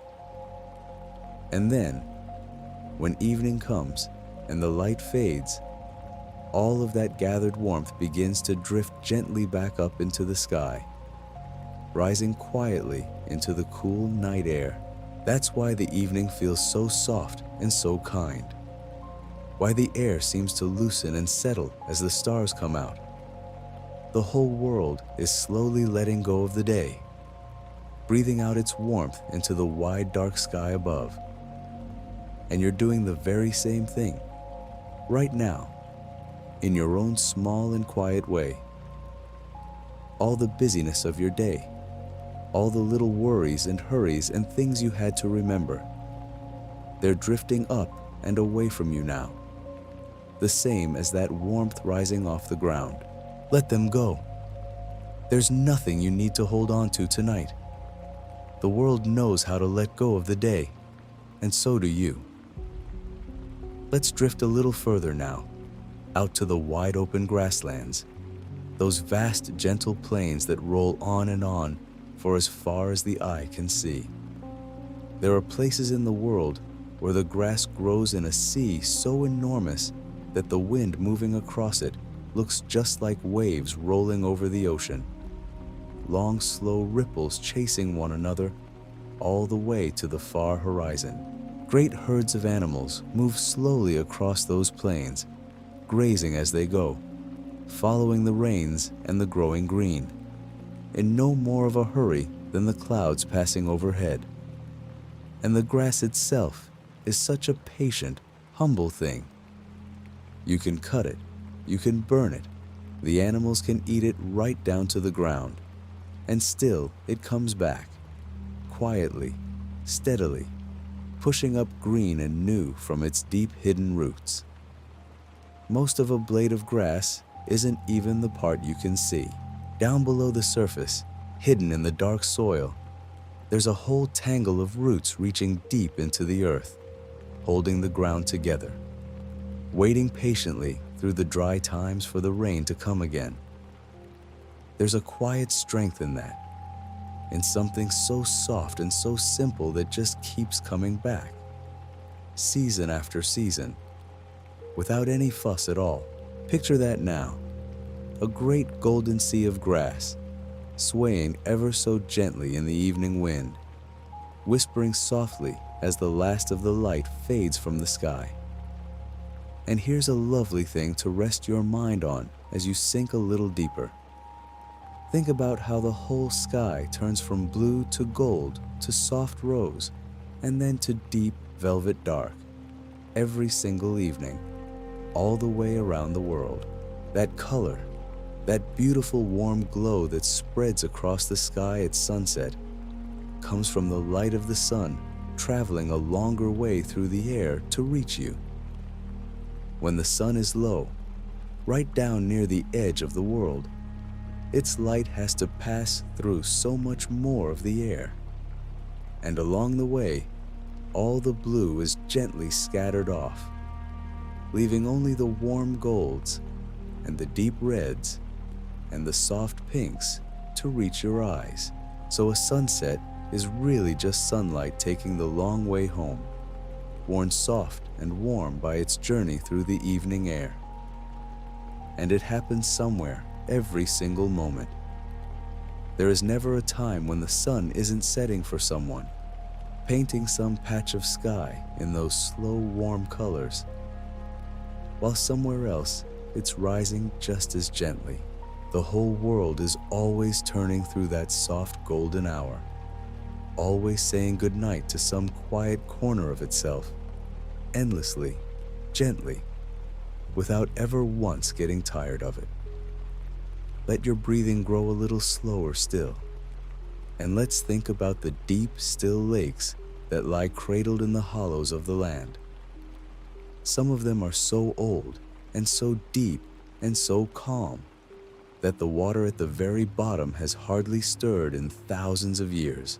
Way down there, far below where any light can reach, it's cold and dark and perfectly still. The surface of the lake might dance and sparkle in the wind, might catch the sun and the moon and toss them about in 1,000 shivering pieces. But down deep, down at the very bottom, nothing moves at all. It's one of the stillest places in the whole world. That deep cold water, resting quietly under all the weight of the lake above it, undisturbed by any wind that ever blew.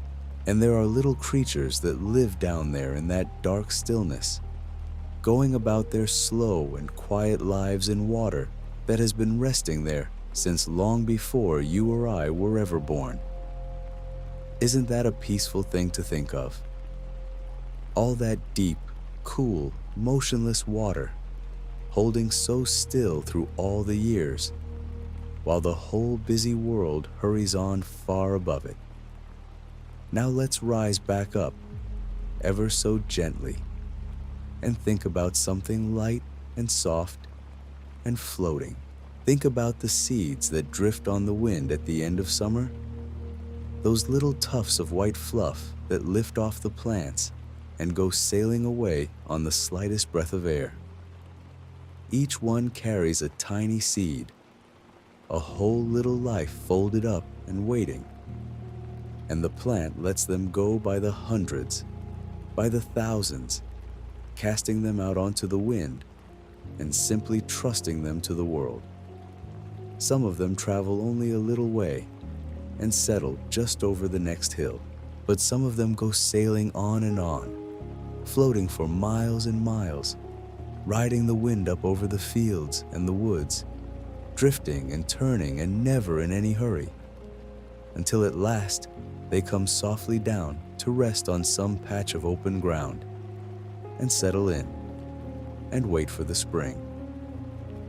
There's such a gentle kind of faith in that, in a plant that just lets its seeds go floating off into the wide world, trusting the wind to carry them somewhere good. Picture them now, all those soft white tufts drifting through the golden evening light, rising and falling on the breeze, going wherever the gentle air decides to take them. You can let yourself feel that light, that untethered. You don't have to steer. You can just drift, the way a seed drifts, carried softly along, trusting the night to hold you. And speaking of soft things floating gently down, let your mind wander now to the way the leaves fall in autumn. When the days grow short and the air turns cool, the trees begin, very slowly, to let go of their leaves. It isn't a sad thing, not really. It's a wise and gentle thing. The tree knows the cold is coming, and it knows it can't hold on to everything through the long, hard winter, and so it quietly draws all the goodness back down into itself, back into its roots and its trunk, and it lets the leaves turn gold and red and amber, and then it simply lets them go, and down they come, one after another, twirling and floating and drifting on the still autumn air, settling softly onto the ground below, where they'll slowly turn back into rich, dark earth that will feed the tree again someday. The whole forest floor grows deep and soft with fallen leaves, a warm brown blanket laid gently over the roots, keeping them cozy through the frost. There's a lesson in that, I always think, in the way a tree lets go so peacefully of what it no longer needs. It doesn't cling, it doesn't struggle, it just releases softly and trusts that everything it lets go of will come back to it in time. You can let go like that tonight. Whatever you've been carrying, whatever you've been holding on to, you can let it drift down softly, like a leaf, and settle on the ground and rest. Let's sink a little deeper now, down into the warm, quiet dark, and think about the way sound travels through the world at night. Have you ever noticed how sounds seem to carry farther in the evening? How you can hear a distant train, or a far-off dog, or the soft call of an owl from much further away than you ever could in the middle of the day. There's a lovely reason for that. In the daytime, the warm air near the ground bends sound upward, carrying it away from you, up into the sky. But at night, when the ground cools and the air near it grows cool too, the sound bends back down toward the earth, curving gently along the ground, traveling out across the sleeping land. So the night really is quieter, and yet somehow you can hear farther. Hear the soft and distant sounds of a world settling down to rest. All those little far-off noises, the ones that reach you so gently in the dark. They're being carried to you on the cool night air, bending softly over the miles just to keep you the quietest kind of company. You're not alone out there in the dark. The whole world is murmuring softly all around you, near and far, a gentle blanket of distant, peaceful sound wrapping around you as you drift. And here's one more soft and simple thing before we wander on. Think about the way water finds its level, always, everywhere, without ever being told. Pour water anywhere, into any shape of bowl or pond or puddle, and it will always settle perfectly flat and calm, finding its own quiet balance, resting evenly at the bottom. It never has to try. It never has to think about it. It simply settles, the way it always has, the way it always will, seeking the lowest, calmest place and coming softly to rest there. A still pond at night is one of the most peaceful sights in all the world. That dark, glassy surface lying perfectly flat under the stars, so smooth and so calm that it holds the whole sky in its face, every star reflected softly in the quiet water. Nothing forces it to be that still. It just is, when nothing is disturbing it, when the wind has died down and the night has grown quiet. That's its natural state, that deep and even calm. And it's yours too, when all the disturbances of the day settle down, when the winds of your thoughts grow still, you come to rest in that same natural calm, flat and smooth and quiet as a pond under the stars. You don't have to work at it. You just have to let the disturbances fade and let yourself settle, softly, evenly, down into the stillness that was always waiting underneath. Let your body grow heavier now, sinking gently into the warmth beneath you as we drift on together through the quiet of the night.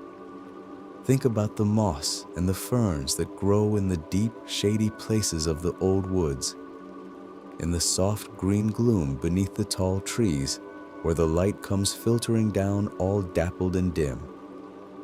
Those are some of the oldest kinds of plants there are, far older than the flowers, older even than most of the great trees. They were growing green and lush in the shadowy forests long, long ago, when the world was young and warm and wet, spreading their soft fronds in the dim light, just as they still do today. And they ask for so little, the mosses and the ferns. They don't need bright sun. They don't need much of anything at all. Just a little moisture, a little shade, a quiet corner out of the wind. And they'll grow there happily for years and years, soft and green and patient, carpeting the old stones and the fallen logs in the gentlest green velvet. There's a whole miniature world down there in the moss. If you ever get down close and look, tiny forests of tiny green fronds, glistening with dew, sheltering all manner of small, quiet creatures. It's a soft and secret world, hidden away in the shade, asking nothing of anyone, just growing gently in the green half-light, keeping its own slow and peaceful time. Picture yourself resting there now, in that cool green shade, on the softest carpet of moss, with the tall trees whispering high above you, and the gentle light coming down all dim and dappled through the leaves. There's nowhere you need to be. There's nothing you need to do. You can just rest here, soft and safe, in the quiet green heart of the old and patient woods, and let the whole slow world go breathing on around you, all through the long and peaceful night. And here's another gentle thing to turn over in your mind as you settle deeper into the quiet. Think about the rain that falls high up in the mountains, and how every single drop of it has somewhere to go, though it never hurries to get there. A drop that lands on a cold stone near the top of a mountain might begin the slowest, softest journey you could imagine, trickling down through the moss and the cracks in the rock, gathering with other drops, becoming a tiny thread of water, then a little stream, then a brook chattering softly over the pebbles, then a river winding wide and slow across the land, all the way down to the distant sea. And it does all of this without any effort at all, simply by following the gentle pull of the ground, always seeking the lowest, easiest way down. It doesn't push. It doesn't struggle against the stones. When it meets something hard, it simply flows around it, softly, patiently, taking the path of least resistance.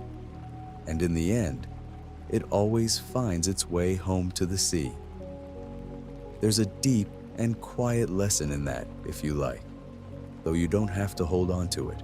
You can just picture that gentle water drifting down and down through the green and misty hills, taking all the time in the world, and let yourself drift softly along with it. Let your thoughts wander now to something wonderfully old and wonderfully slow, the great salt of the sea. Have you ever wondered why the ocean tastes of salt? Why all that endless water is salty when the rain that fills it is fresh and sweet? It's such a gentle story.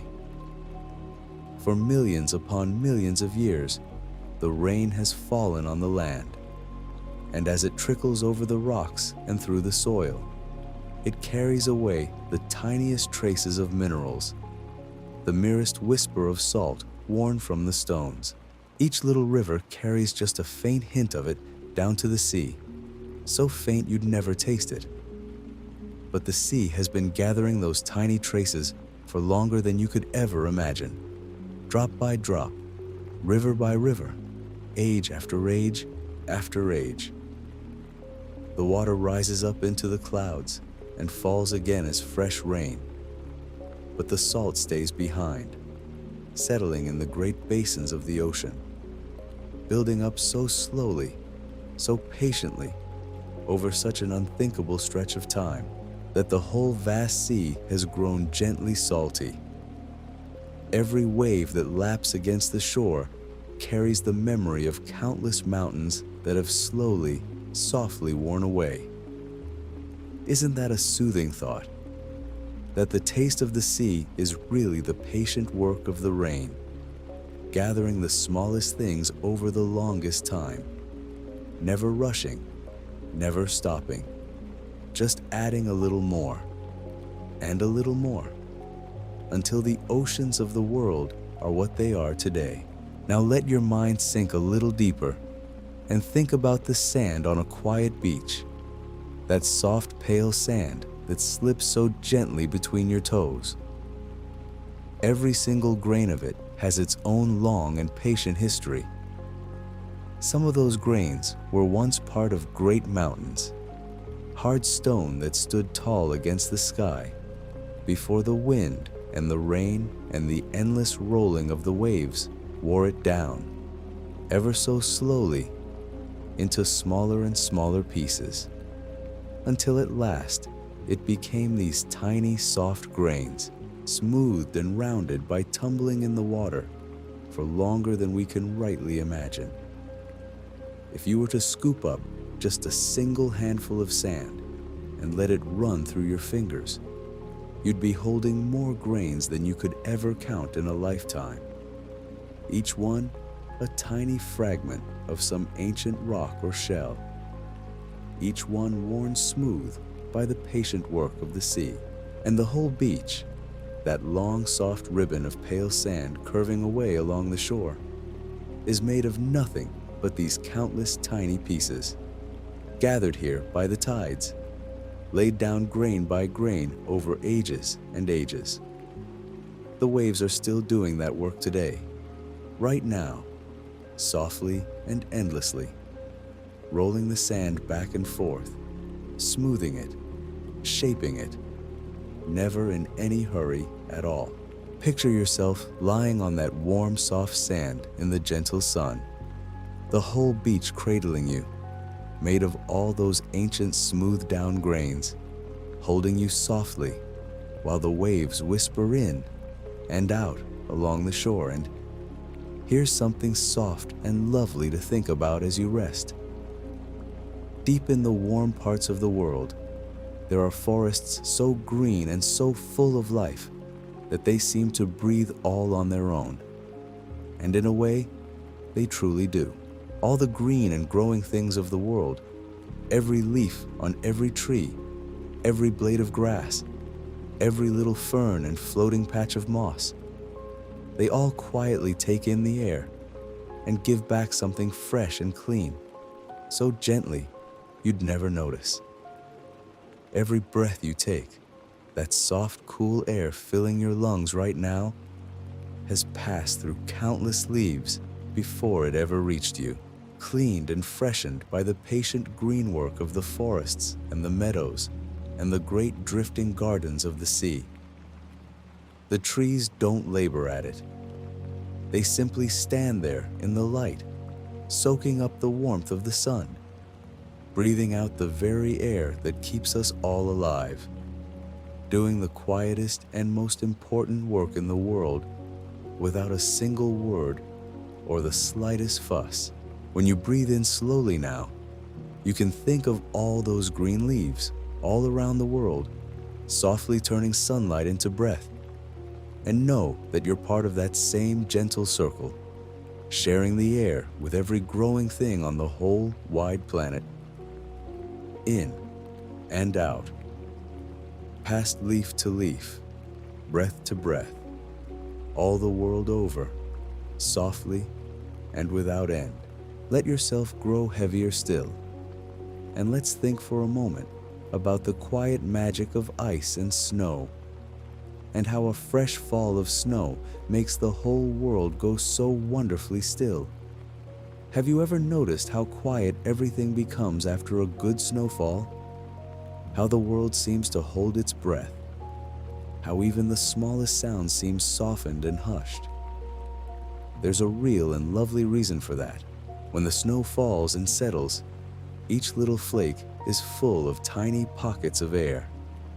And when the snow piles up soft and deep, all those little pockets soak up the sounds of the world, drinking in every footstep and every voice and every distant noise, muffling them all into the gentlest hush. That's why a snowy morning feels so peaceful, so wrapped in silence, as if the whole land has been tucked in under a soft white blanket and told to rest.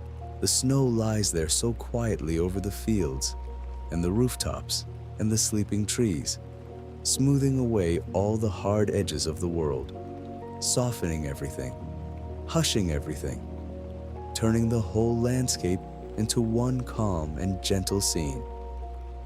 Picture that now if you like. A quiet, snowy evening, the flakes drifting down slow and silent through the still air, settling softly on everything, and the whole world grown so peaceful and so hushed that you can almost hear the snow itself falling, the faintest whisper, like the world breathing slowly in its sleep. Now here's a gentle wonder that most folks never stop to think about. The whole of the land beneath you, all the continents where people live and grow their food and build their homes, all of it is drifting, ever so slowly, across the surface of the earth.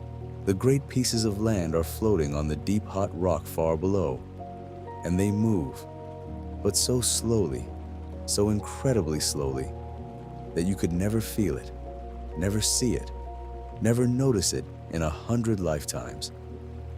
They drift about as fast as your fingernails grow, just a tiny bit each year, no more than that. And yet over unimaginable lengths of time, those slow, patient movements have carried the continents right around the world, joining them together and pulling them apart, opening up whole oceans and closing them again, all at that same dreamy, drifting pace. Right now, as you lie here so still and quiet, the very ground you rest upon is sailing along on its ancient journey, so gently that everything seems perfectly solid and still. There's no rush in it at all, no urgency, just the slow and steady drift of the great stone rafts of the world, carrying mountains and forests and sleeping cities along with them, moving through the ages at the softest, most patient pace you could ever imagine. You don't have to feel it. You don't have to do anything. You can just rest here on the slow drifting land, carried along so gently through the long quiet night. Let your thoughts settle now on something small and soft and endlessly patient. The little lichens that grow on the old bare rocks, in the high cold places and the quiet forgotten corners of the world. You've surely seen them. Those crusty patches of pale green and soft gray and dusty orange spreading over the stones, so still and so quiet you'd never think of them as alive. But alive they are, and they may be some of the oldest living things you'll ever lay eyes on. They grow so very slowly, some of them adding no more than the width of a hair each year, creeping out across the stone at a pace almost too slow to believe. Some of the patches you might find on an old rock high in the mountains have been growing there, quietly and without any fuss, for hundreds and hundreds of years, some for thousands. Think of that, a little patch of lichen, no bigger than your hand, that began its slow spread across the stone long before your great-great-grandparents were born, and has simply carried on, softly and patiently, through all the storms and seasons of all those years, asking for nothing, hurting nothing, just quietly living out its long, slow life in the wind and the weather. There's such a deep peace in that kind of patience, that gentle and unhurried way of being, growing so slowly that a single year means nothing at all. Picture those soft patches of color on the ancient stone, keeping their own slow time, and let a little of that patience settle over you now, as you rest here in the quiet dark. And think, too, of the great flat plains of salt that lie in certain quiet corners of the world, where a lake once was and slowly dried away under the warm sun, leaving behind a vast smooth crust of white that stretches out flat and gleaming all the way to the horizon. When the rain falls and covers them in the thinnest sheet of water, they turn into the largest, calmest mirrors on the whole earth, so still and so perfect that the sky above and the ground below seem to blend into one, the clouds drifting both overhead and underfoot, so that you can hardly tell where the world ends and its reflection begins. Imagine standing in the middle of such a place at dusk, everything soft and silver and still, the whole sky spread out beneath your feet, the quiet so deep and so complete that you can hear your own gentle breathing. There's nothing there to trouble you, nothing to hurry for, just the endless calm white flat and the great soft bowl of the sky, meeting so gently all around you. It's one of the stillest places in all the world, and you can rest there now in your mind if you like, in that vast and quiet calm, with the whole peaceful sky reflected softly at your feet. Let's drift now toward the gentle warmth deep underground, where hidden springs of water rise up soft and steaming from the deep heart of the earth. In certain quiet places, the water sinks down through the stone until it comes close to the slow warmth far below, and there it grows gently warm. and then it rises back up to the surface, softly steaming, to gather in quiet pools among the rocks. Animals of all kinds have found these warm and comforting places over the ages, and some of them come from miles around, in the cold of winter, to soak in that gentle warmth and rest. Picture a quiet pool like that on a cold, still evening, the steam rising softly into the frosty air, the water so warm and so calm, cradled among the mossy stones, fed by the slow, patient heat from deep within the world. There's such comfort in that image, such deep and simple peace. The warmth of the whole earth rising up so gently to soothe and to rest whatever creature comes to sit beside it.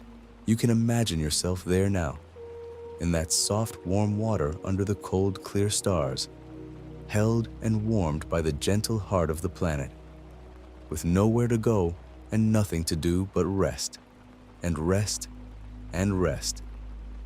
Let's drift on now gently from those warm and steaming pools, and let your mind float toward the soft and endless rush of a waterfall somewhere out in the green heart of the world. Picture the water gathering high up among the hills, slipping down over the smooth, worn stone, faster and faster, until at last it tips over the edge and falls, tumbling down through the open air in a long white ribbon, catching the light, breaking into a fine, cool mist before it ever reaches the pool below. And that sound, that soft and steady roar that never stops, never pauses, never grows tired, just goes on and on, day and night, through the long, slow years.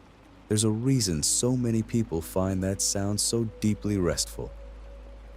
It's a sound with no edges to it, no sudden starts or stops, just one continuous, gentle rush that fills the air and washes everything else away. Imagine sitting near the foot of a waterfall like that, the cool, damp air on your face, the fine mist drifting softly all around you, the light catching in tiny droplets so that the whole air seems to shimmer, and the water just keeps falling and falling and falling in no hurry at all, following the oldest path there is, the long, slow journey downhill toward the sea. Let that steady sound fill your mind now, that soft, unbroken rush, and let it carry all your busy little thoughts away, over the edge and gently down into the deep, calm pool below. And think, if you like, about the great dunes of sand that rise and roll across the deserts of the world, those soft golden hills that shift so slowly with the wind. Each one is made of countless tiny grains, more than anyone could ever hope to count. And each grain has been rolling and tumbling on the wind for longer than you can imagine, worn smooth and round over ages upon ages. The wind pushes them along, ever so gently, grain by grain, so that the dunes themselves seem to move, drifting across the land slower than the slowest thing you know, taking whole lifetimes to travel just a little way. And here's a lovely thing about them. In certain places, when the sand is dry and the wind slides just so across the face of a great dune, the whole hill of sand begins to hum, a low, soft note that rolls out across the desert like a distant, sleepy song. People have heard it for thousands of years and marveled at it, this gentle music that the sand makes all on its own. Picture that now, a vast, quiet desert at evening, the dunes glowing soft and gold in the last of the light, and somewhere out across the sand, that low, warm hum drifting on the breeze, the whole desert singing itself softly to sleep. There's nothing there to trouble you, nothing but the soft sand and the warm wind, and that gentle, faraway song. Let your thoughts move now to one of the slowest and most peaceful creatures on the whole earth, the gentle sloth, hanging quietly in the trees of the warm green forests. There's a creature that truly understands the art of taking things slow. It moves so gently, so unhurriedly, that it might take a whole minute just to reach out one arm and take hold of the next branch. It spends most of its days dozing high up among the leaves, tucked into the crook of a branch, sleeping away the warm, bright hours in the dappled shade. Everything about it is slow and soft and calm. Even its meals it takes its time over, chewing gently, resting between bites, never rushing, never fretting about anything at all. It has no need to hurry, and so it simply doesn't. Imagine drifting through your days like that, moving only when you feel like moving, resting whenever you please, hanging softly in the green shade, with the warm breeze stirring the leaves all around you, and nothing in the whole world asking anything of you.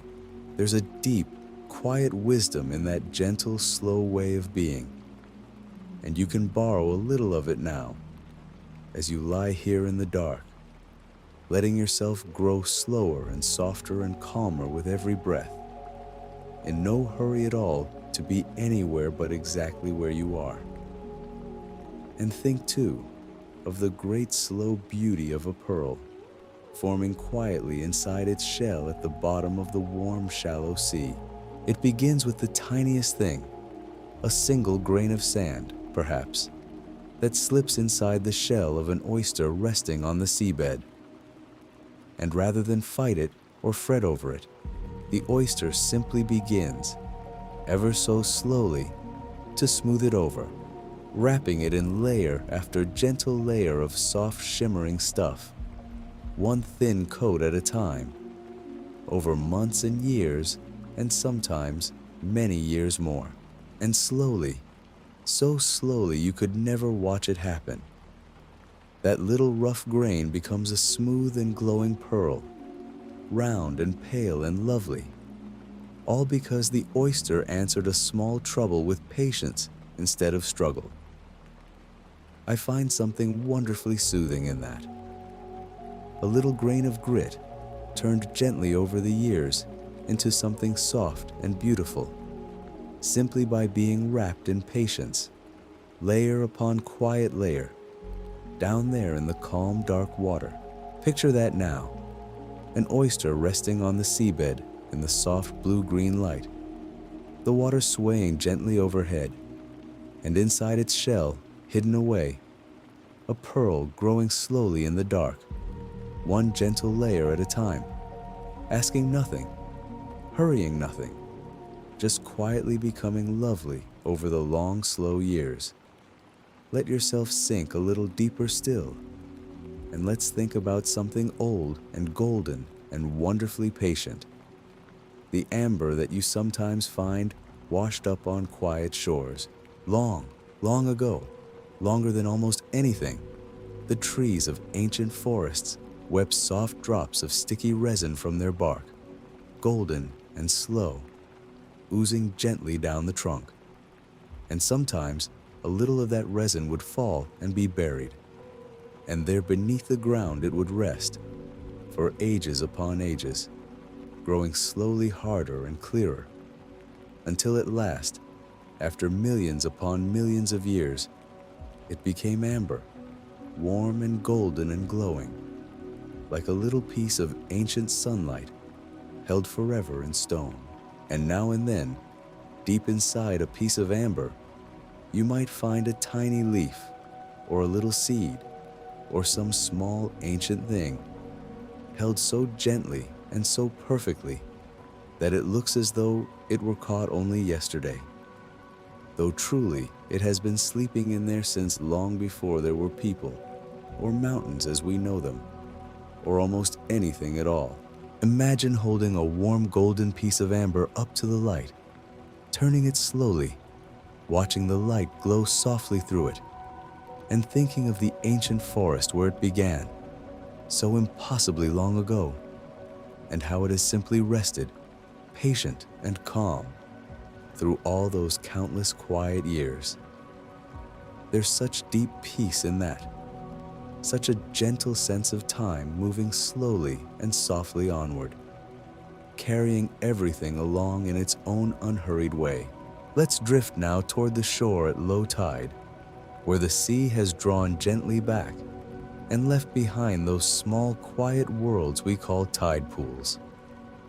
When the tide goes out, it leaves little pools of seawater cradled among the rocks, each one its own tiny ocean, calm and clear and full of soft, small life.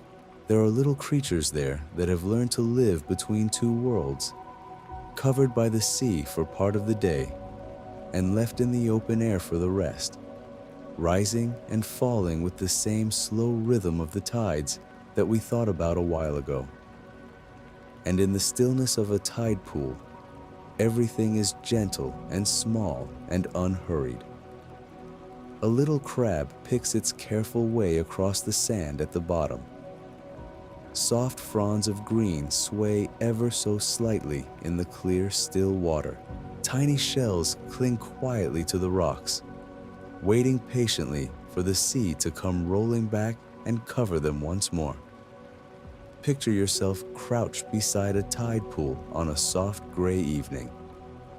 The water so clear and still, you can see every pebble and grain of sand at the bottom, the little creatures going about their quiet lives, the far-off sound of the waves rolling softly in the distance. There's a whole small peaceful world there in that little pool, going gently about its business, rising and resting with the tides, asking nothing at all of you, but that you sit for a moment and watch and grow calm.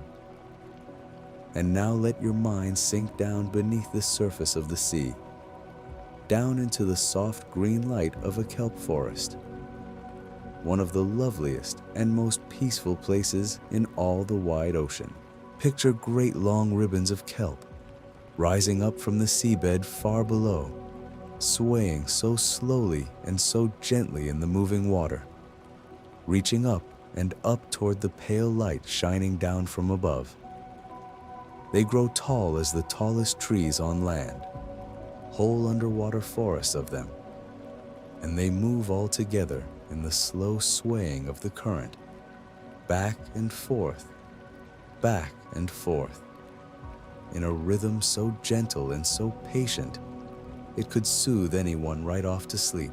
The light comes filtering down from the surface in soft shifting beams, dappled in green and gold, and little fish drift lazily between the swaying fronds, and everything moves slowly, softly, gently, rocked by the endless calm swaying of the sea.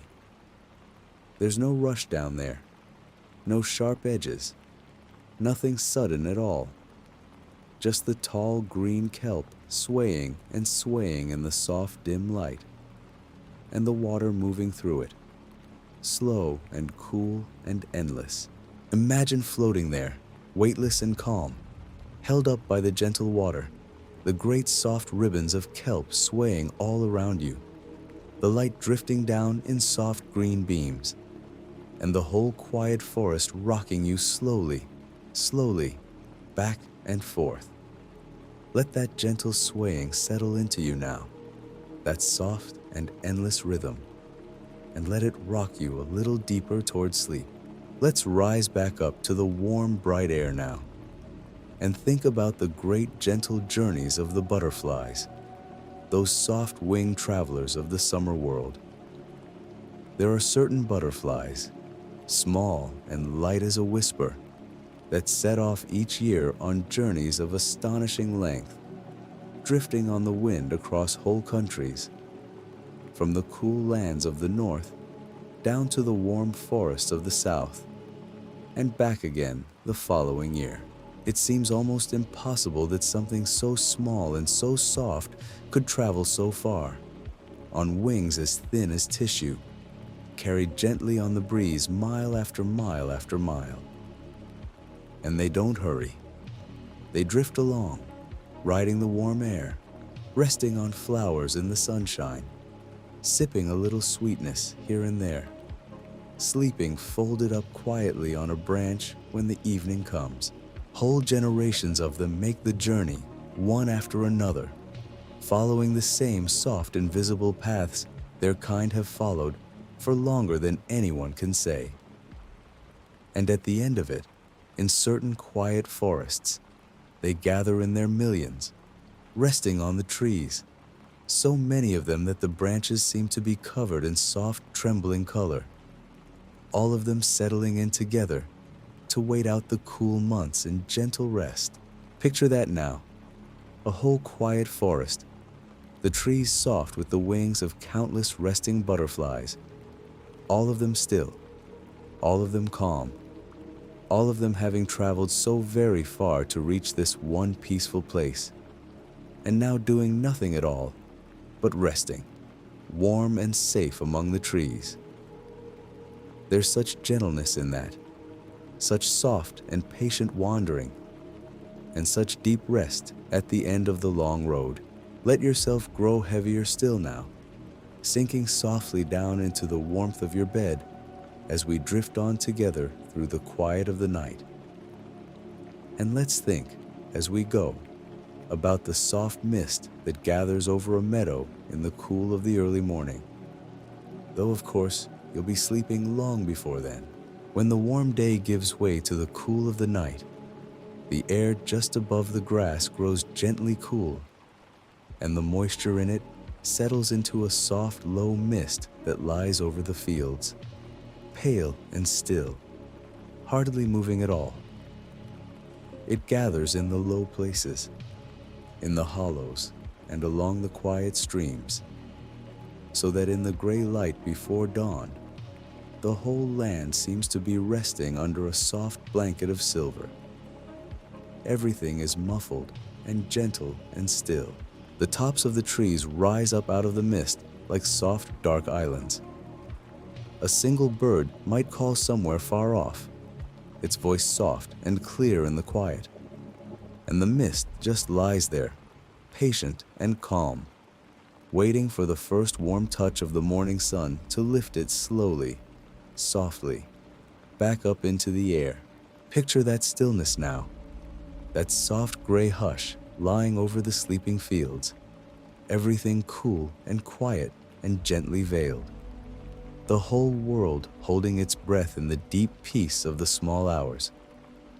You don't need to wait for the dawn.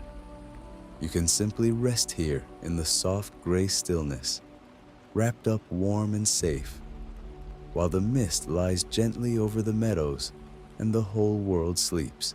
And think, too, of the great slow patience of a river as it reaches the sea at last, spreading itself out into a soft, wide delta, dividing into 100 gentle channels that wind their lazy way through the reeds and the soft, dark mud.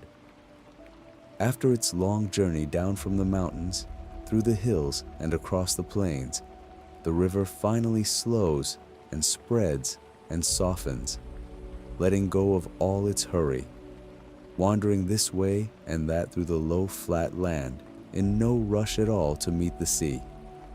The water moves so slowly there that it hardly seems to move at all, sliding gently between banks of soft green reeds, home to all manner of quiet birds and gentle creatures, everything calm and slow and drowsy in the warm, still air.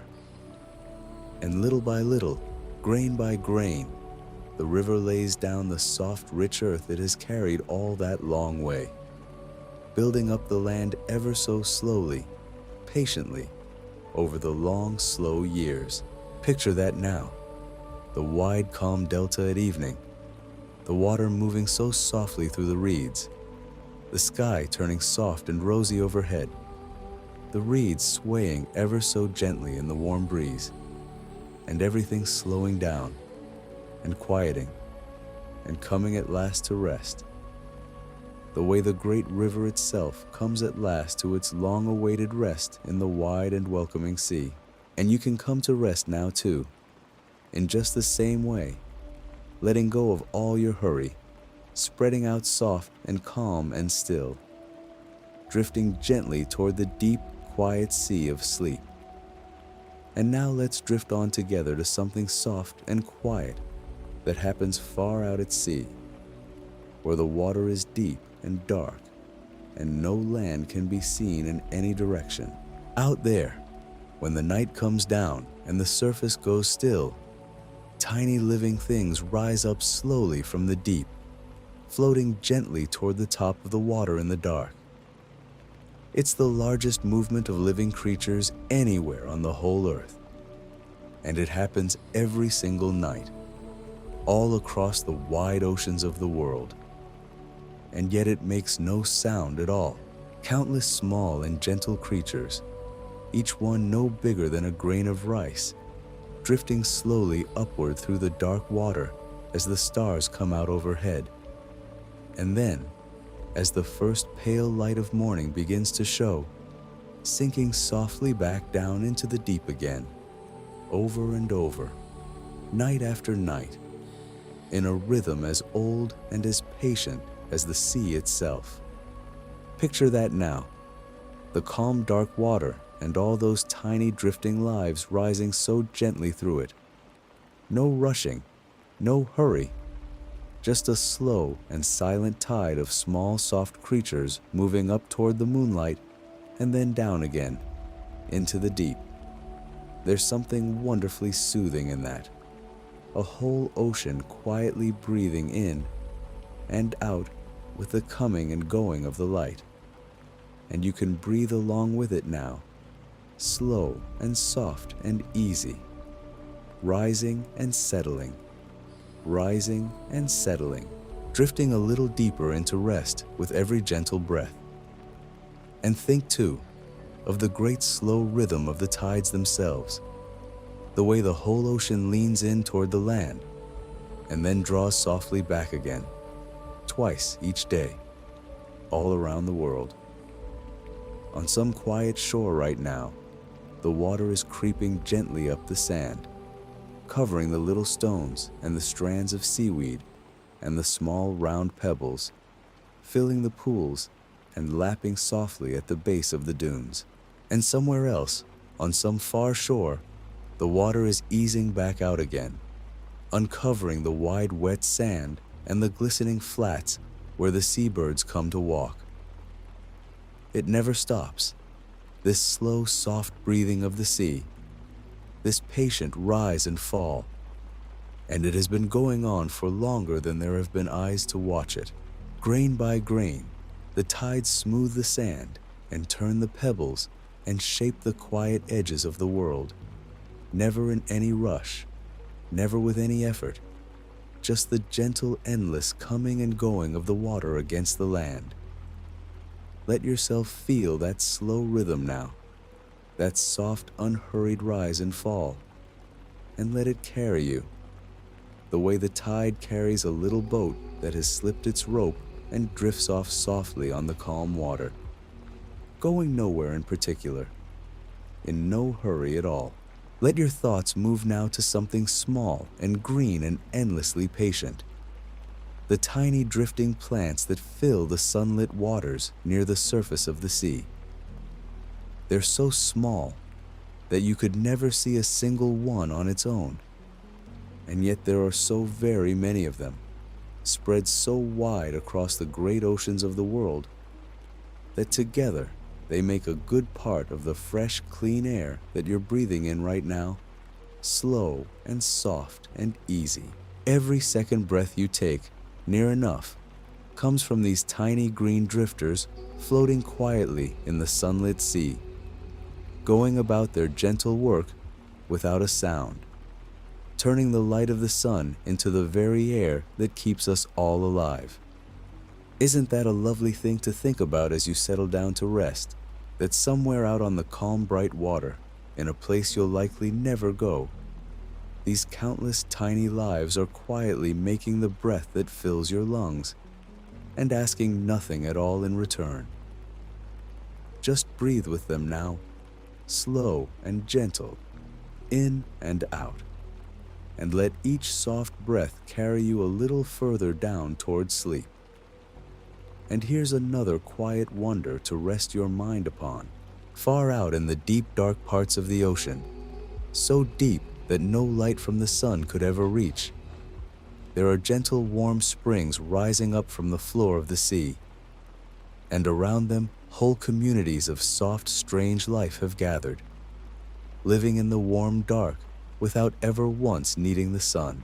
Down there in the endless night, where the water is heavy and still and cold all around, these little warm gardens glow with their own quiet kind of life, patient and slow and completely untroubled by the world far above. No storms reach down that deep, no day, no night, no changing of the seasons. Just the soft, warm water rising slowly from the deep rock, and the gentle creatures gathered close around it, resting in a stillness so complete that it's almost impossible to imagine. Picture that deep and peaceful darkness now, that warm and quiet place at the very bottom of the sea, so far from all the noise and hurry of the surface world, and let your own mind sink softly down toward that same deep stillness, that same soft and dreamless calm. Let yourself grow heavier still, sinking down a little further into the warmth around you. And let's think for a moment about the gentle giants that drift through the open ocean, the great soft-bodied jellyfish that pulse so slowly through the water. They have no bones and no hurry and hardly any care in the world.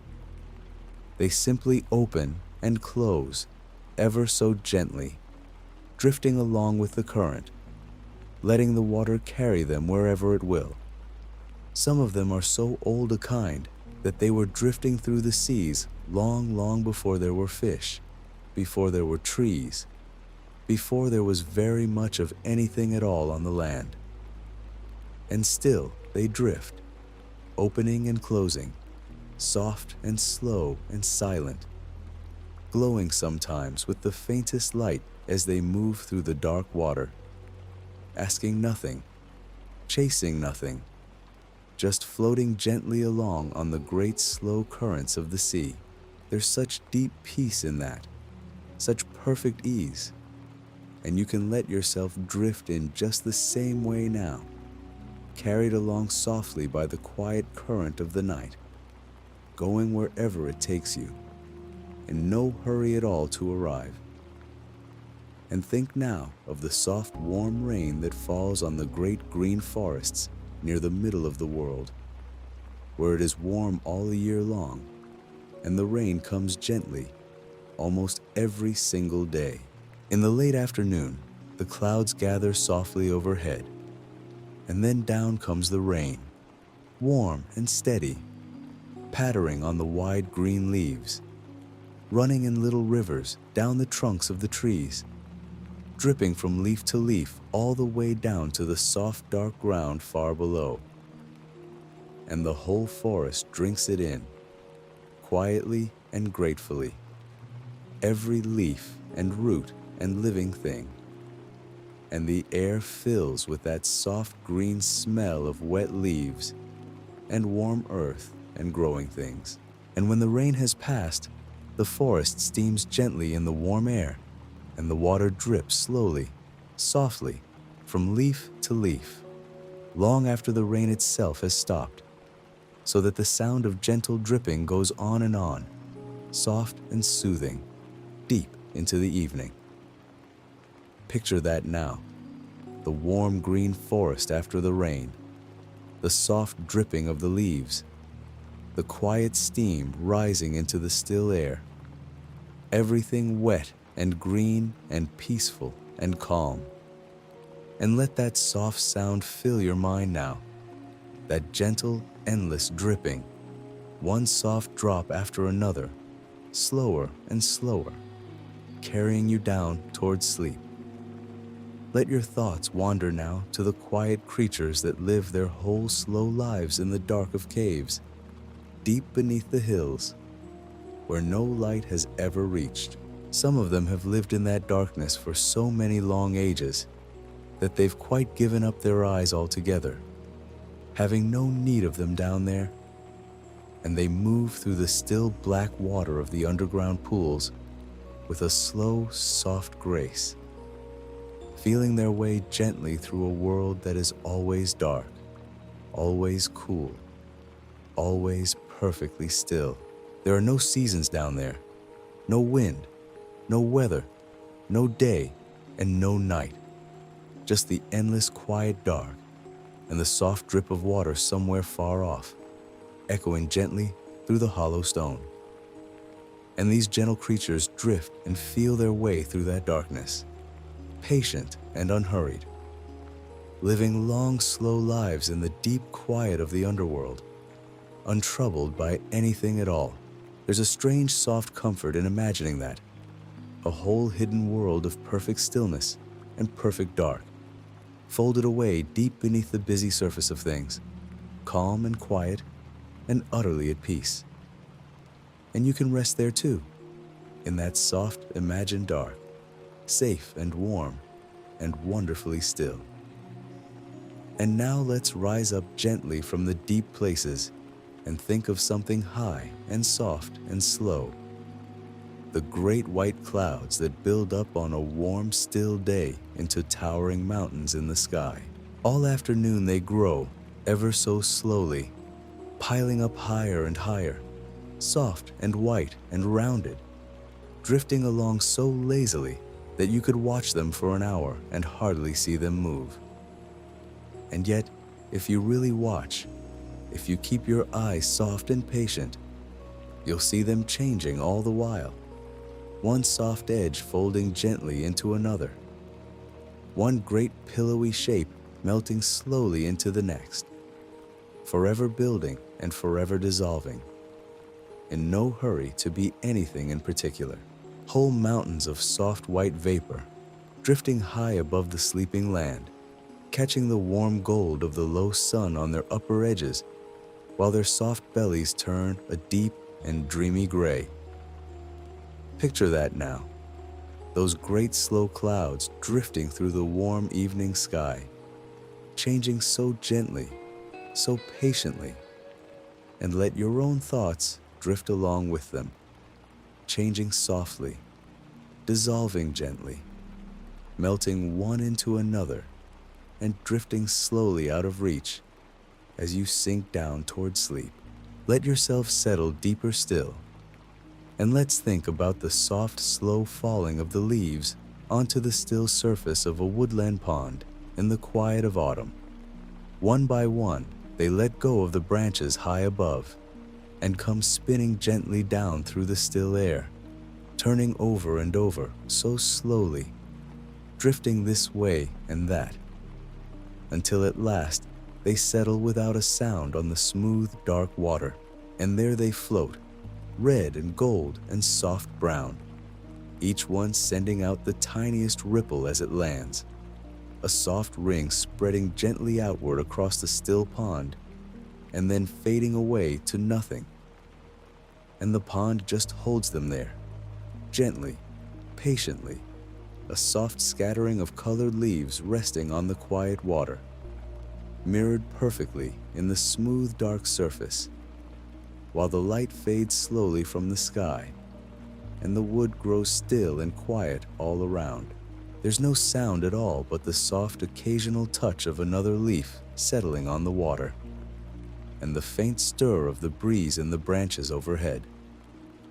Picture that stillness now, that quiet pond and its soft scattering of leaves, and let your own mind grow just as still and just as smooth, holding its own soft thoughts gently on the surface as they slowly, slowly drift and fade. And think, too, of the long, slow patience of the mountains as they slowly wear away, grain by grain, over lengths of time so vast that no mind could ever really hold them.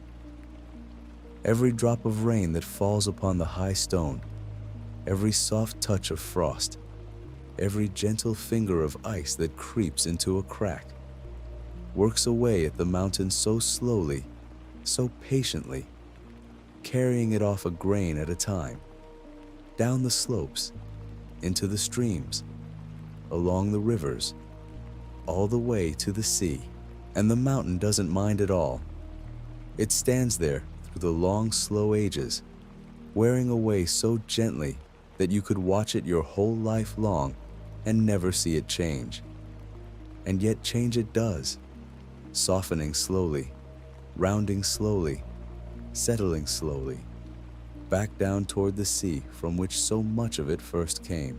There's such deep peace in that great slowness, such a soft, unhurried patience.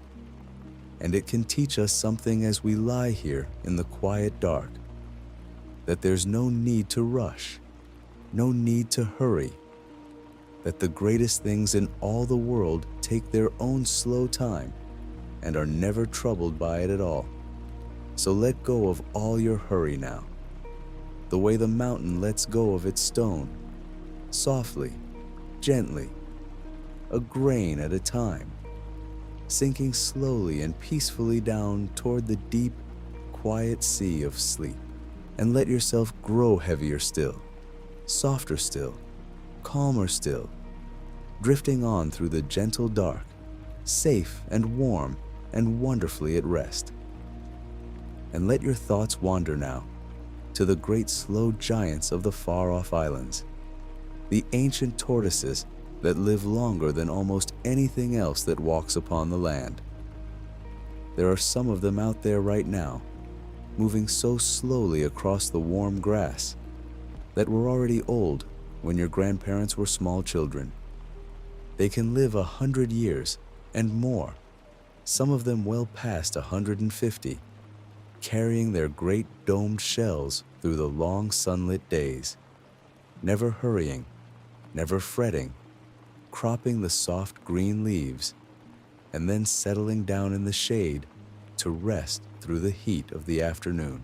Think of all the quiet years one of those old tortoises has seen, all the slow sunrises and slow sunsets, all the gentle rains that have fallen on that patient old shell, and how through it all the tortoise has simply gone on, one soft step at a time, in no rush at all to be anywhere but here.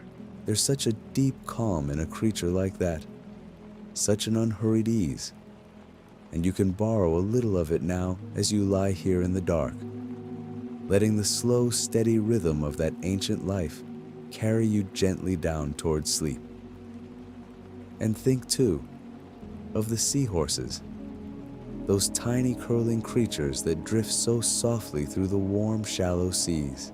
They're such gentle little things, holding on with their curled tails to a swaying blade of seagrass, rocking back and forth with the slow motion of the water, in no hurry to go anywhere at all. They move so slowly through the world, the seahorses, drifting along with the smallest flutter of a tiny fin, pausing to anchor themselves whenever the current grows strong, waiting patiently for it to soften again. And in the warm green meadows of grass that grow beneath the sea, whole families of them sway together in the gentle swell, rising and falling, as calm and unhurried as anything in all the world. Picture them there now, those tiny drifting creatures rocking softly in the warm water, and let your own body rock ever so gently on the soft, slow tide of your breathing, drifting down and down and down. You know, here's something wonderfully soothing to think about. Far up in the tallest forest in the world, where the great red trees stand higher than almost anything else that grows, those enormous trees are so tall that the water can hardly climb all the way from their roots up to their topmost leaves. So on the soft gray mornings when the fog rolls in off the sea and drifts among the branches, the trees simply drink it straight out of the air. Their high needles catch the tiny droplets of mist, gathering them, cradling them, until they slide together into little drops that fall softly down through the branches to the forest floor, watering the roots far below. So the trees quite literally sip the clouds, standing there patient and still in the cool gray fog, drinking the mist right out of the morning air. Imagine those great quiet giants now, wrapped in soft drifting fog, gathering the clouds so slowly and so gently onto their leaves.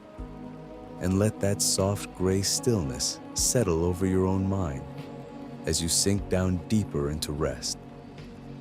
And let's think for a moment about the slow lengthening of the day itself. You'd never notice it, not in a whole lifetime. But the earth is turning just the tiniest bit more slowly with each passing age, so that every single day is a shade longer than the one before it, by an amount so small you could never measure it with any ordinary clock. Long, long ago, when the world was young, a day lasted only some 6 hours, and the little earth spun round and round so quickly beneath a much closer moon. And ever so slowly, over lengths of time too vast to hold in your mind, the days have stretched and softened and grown longer, one tiny fraction at a time, until they became the gentle 24 hours we know now. And still, they go on lengthening, so slowly, so patiently. A heartbeat added every 100,000 years. The whole great world winding down by the very softest measure as it turns. There's such peace in that slow unwinding, such a gentle easing of the world's great spin. And you can feel yourself winding down along with it now, slower and softer with every quiet breath. Let your mind drift now to the deep, still places at the very bottom of the sea. The great flat plains that stretch for endless miles across the ocean floor, far below where any light can reach. They're the largest, flattest, quietest places on the whole of the earth. Those deep abyssal plains, wider than whole countries, covered in a soft, fine dust that has drifted down so gently from far above over millions and millions of years. Nothing hurries down there.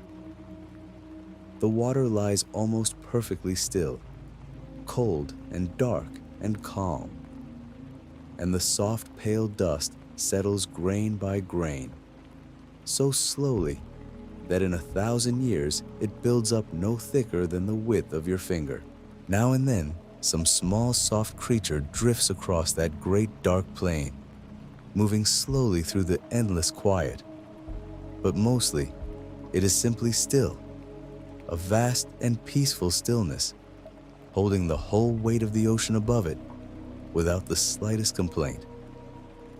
Picture that deep calm now, that soft, dark plain lying so quiet and so patient at the bottom of the world. And let your own thoughts settle just as softly, drifting down through the gentle dark and coming to rest at last. And think of the seeds that lie sleeping in the earth, waiting, sometimes for the longest time you could imagine, for their moment to wake. There are seeds that can rest in the cool, dark soil for years and years, and some far longer still, holding their tiny spark of life folded up safe inside them, patient and quiet, waiting for the rain and the warmth to tell them the time is right. There have been seeds found in old dry places, seeds that had slept for hundreds of years, and even a few that had slept for thousands. And when at last they were given a little water and a little warmth, they woke gently from their long sleep and began, so slowly, to grow. Think of that patience, that quiet, unhurried waiting, all that life folded up small and still, resting in the dark for as long as it takes, sure that its morning will come in the end. And you can rest that same way now, folded up soft and warm and safe, knowing there's nothing you need to do, nowhere you need to be. Only this gentle quiet waiting in the dark. Let your thoughts wander now to the soft, slow drip of water in the deep, hidden caves and the wonderful stones it leaves behind. We've thought a little already about the great stone shapes that hang and rise in those quiet places. But there are others, stranger and softer still. In some caves, the water leaves behind little round pearls of stone, smooth and pale, resting in shallow stone pools, each one grown layer by layer, over ages upon ages, as the dripping water rolled it gently round and round. And in others, there are the thinnest, most delicate curtains of stone, hanging down from the ceiling like frozen folds of soft cloth, so fine that if you held a light behind them, they would glow a warm and gentle gold. All of it grown so slowly, so patiently, drop by drop, in the deep, quiet dark where no eye ever sees, over lengths of time so vast that a single one of those pale stone pearls might have taken longer to grow than all of human history put together. Picture that soft, dark stillness now, that gentle, endless dripping in the deep, quiet caves, and let its slow, patient rhythm carry you further and further down toward sleep. And here's a soft and lovely thing to think about as the night grows deep. All across the warm parts of the world, when the sun goes down, there are flowers that wait for the darkness to open. All through the bright, hot day, they stay closed up tight, their petals folded quietly away. But as the light fades and the cool of evening settles in, they slowly open, unfolding their soft, pale petals to the night and letting out the sweetest scent into the dark air. They open for the gentle creatures of the night, the soft moths and the little drinking bats, offering up their sweetness under the moon and the stars.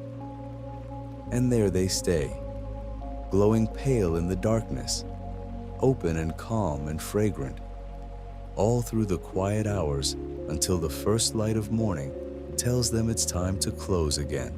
Imagine one of those soft night flowers now, opening so slowly in the cool, dark air, patient and unhurried, giving its gentle sweetness to the night.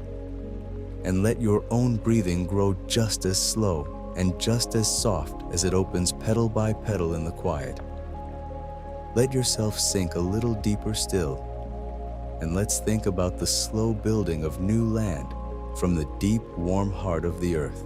Far out in the great oceans, there are places where the soft, hot stone rises up from far below and spills out gently onto the floor of the sea, cooling in the cold, dark water, hardening, settling, and building up so slowly over uncounted ages that in time it lifts itself right up out of the water and becomes an island.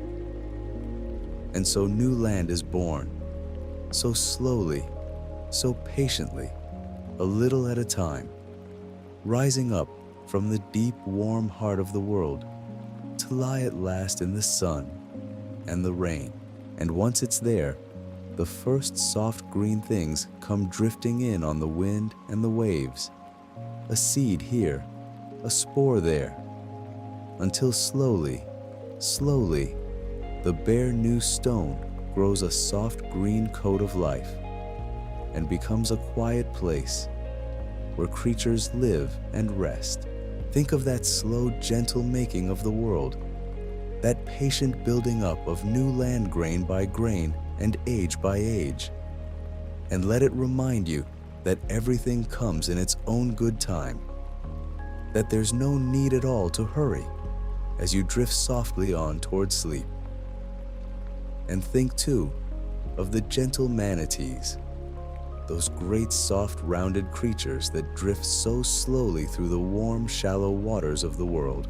They're such peaceful things, the manatees, moving through the water with the slowest, gentlest sweep of their broad flat tails, drifting from one quiet meadow of watergrass to another, cropping the soft green leaves, and then rising ever so slowly to the surface for a soft breath of air before sinking gently down again.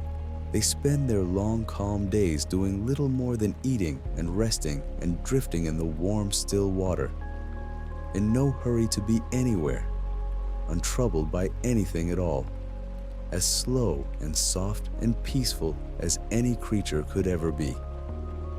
Picture one of them now, that great gentle shape drifting so slowly through the warm sunlit water, rising and sinking, as calm as the quietest evening. And let your own body drift just as slowly and just as softly on the gentle tide of your breath. Let your thoughts move now to the quiet fjords of the far cold north, those long deep arms of the sea that reach in among the tall dark mountains.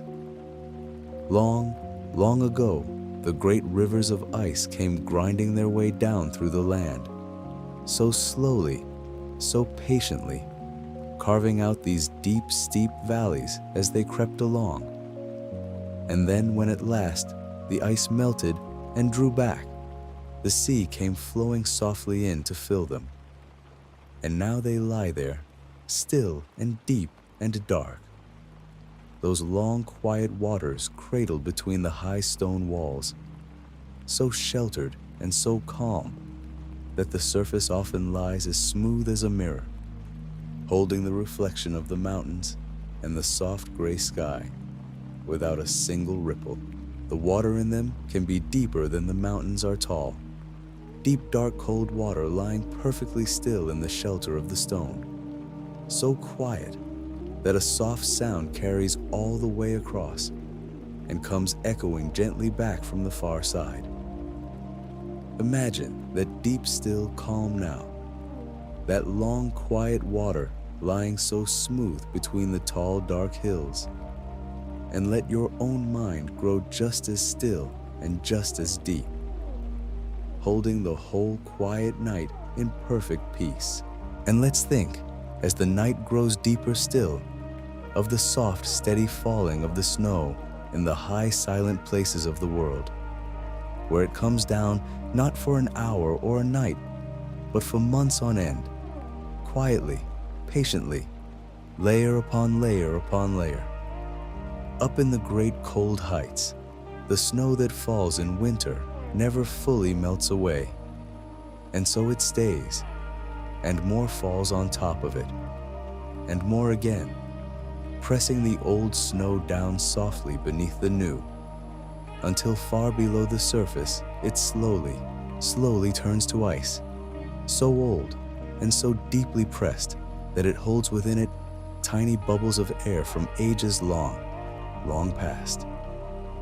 And so those great high fields of snow become a soft white record of all the quiet winters that have ever fallen there, each one folded gently beneath the next, going down and down into the cold blue depths. Think of all that soft, slow falling, all those countless quiet flakes drifting down through the still, cold air over age upon age, settling one upon another in perfect silence. And let your own thoughts settle just as softly now, layer upon gentle layer, sinking slowly and quietly down toward the deep, still ice of sleep. And let your thoughts drift now, gently, out over the wide, warm shallows where the seagrass grows, those soft green meadows swaying beneath the water in the quiet light. It's a curious and lovely thing, but these gentle underwater fields are among the oldest living things anywhere on the whole earth. In some quiet corner of the sea, a single meadow of seagrass has been slowly spreading itself out, blade by patient blade, for thousands upon thousands of years, growing outward just a little at a time, so that the whole vast field is really one living thing, quietly connected beneath the sand, older than the oldest tree, older than almost anything you could name. Think of all those slow, soft years of growing, all that quiet patience spreading through the warm, still water. Never in any hurry, never troubled by the passing of the ages, just swaying gently in the current, season after season, tide after tide. And let your own breathing move as softly as those long green blades, swaying so slowly in the warm, dark water, back and forth, in no hurry at all to be anywhere but here. Let your mind wander now to something soft and small and quietly wonderful. The little tufts of moss and the tiny creatures that live among them. Down in that miniature green forest that grows across the stones and the fallen logs of the shady woods. If you were small enough, no bigger than a grain of rice, that soft green moss would rise around you like a great tall forest. And in among those slender green stems, there lives a whole world of tiny, gentle creatures. So small, you'd need to look very closely indeed to see them at all. There are little round beings there, softer and slower than almost anything alive, that drift among the damp green stems and drink the dew. And when the world around them dries out or grows cold, they simply fold themselves up and go quietly to sleep, sometimes for years and years, waiting patiently for the soft rain to return. And when at last the water comes again, they swell gently back to life, as though no time had passed at all, and go on with their slow, small lives among the moss.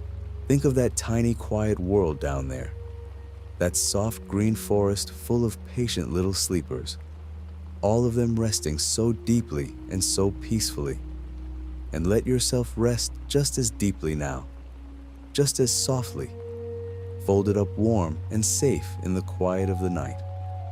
And let's think, as the darkness settles ever deeper, of the great slow rivers of air that move around the whole world, high, high up above the clouds, far overhead, higher than the tallest mountain, higher than the birds ever fly.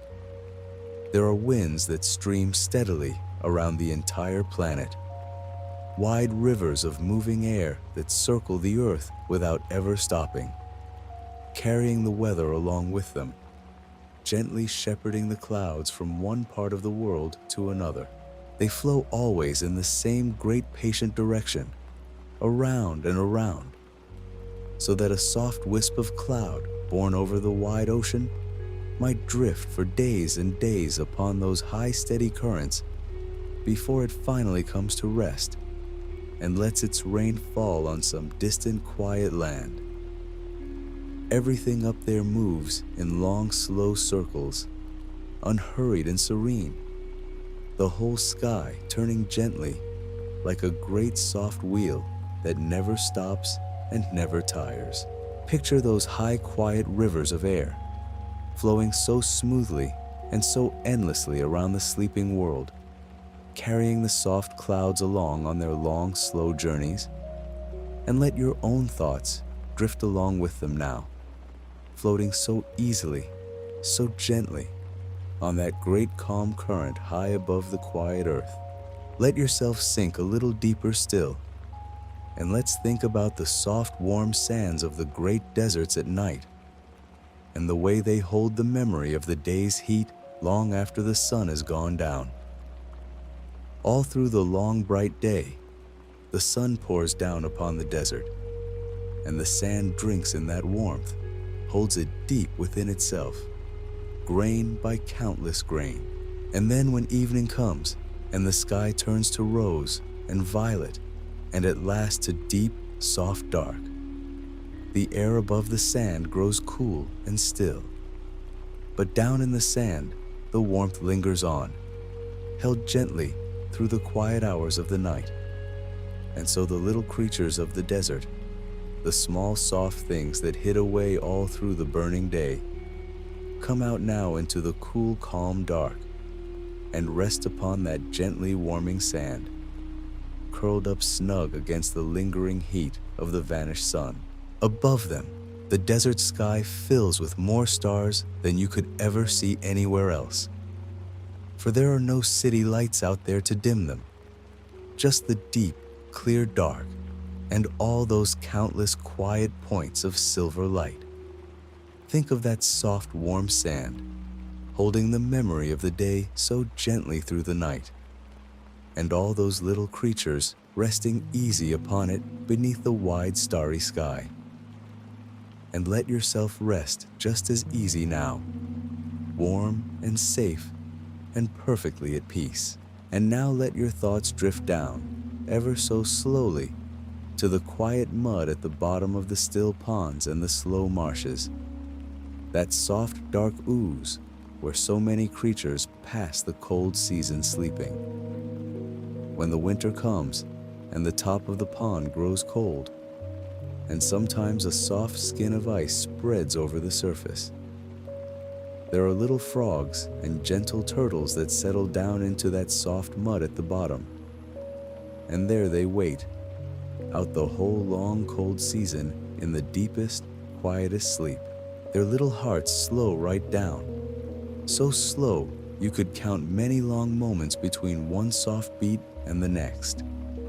And their breathing grows so faint and so gentle that they seem to hardly breathe at all, taking in what little they need straight through their soft skin from the cool, still water all around them. And there they stay, resting in the dark, quiet mud, safe beneath the ice, dreaming the winter away, while the cold winds blow across the frozen world above, until the soft warmth of spring comes creeping back down through the water to wake them gently once again. Think of those little sleepers down there in the soft, dark mud, resting so deeply and so patiently through the whole long winter. Hearts slowed almost to stillness, utterly at peace. And let your own heart slow and soften now, sinking down into that same deep, quiet rest. Let your mind move now to the gentle giant tortoises that live on certain far-off islands in the warm blue sea. Those great slow creatures that carry their whole home upon their backs. They are among the longest lived of all the animals upon the earth, so that some of the great old tortoises moving so slowly across the grass today were already alive well over 100 years ago, plodding along at that same unhurried pace, cropping the soft leaves, resting in the warm shade of the afternoon. They do everything slowly, these gentle giants, moving with the calmest, most patient tread you ever saw, never rushing, never fretting, taking each step as it comes and letting the long warm days drift by one after another. And when the heat of the day grows strong, they simply settle down in a cool, muddy hollow or the soft shade of a tree and rest there quietly for hours, in no hurry to be anywhere at all, as calm and untroubled as any creature could ever hope to be. Picture one of them now, that great old gentle shape resting so peacefully in the warm green shade, having watched a whole long century of quiet days come and go, and let yourself feel just that same deep, unhurried calm, that sense that there is all the time in the world and nowhere at all you need to be.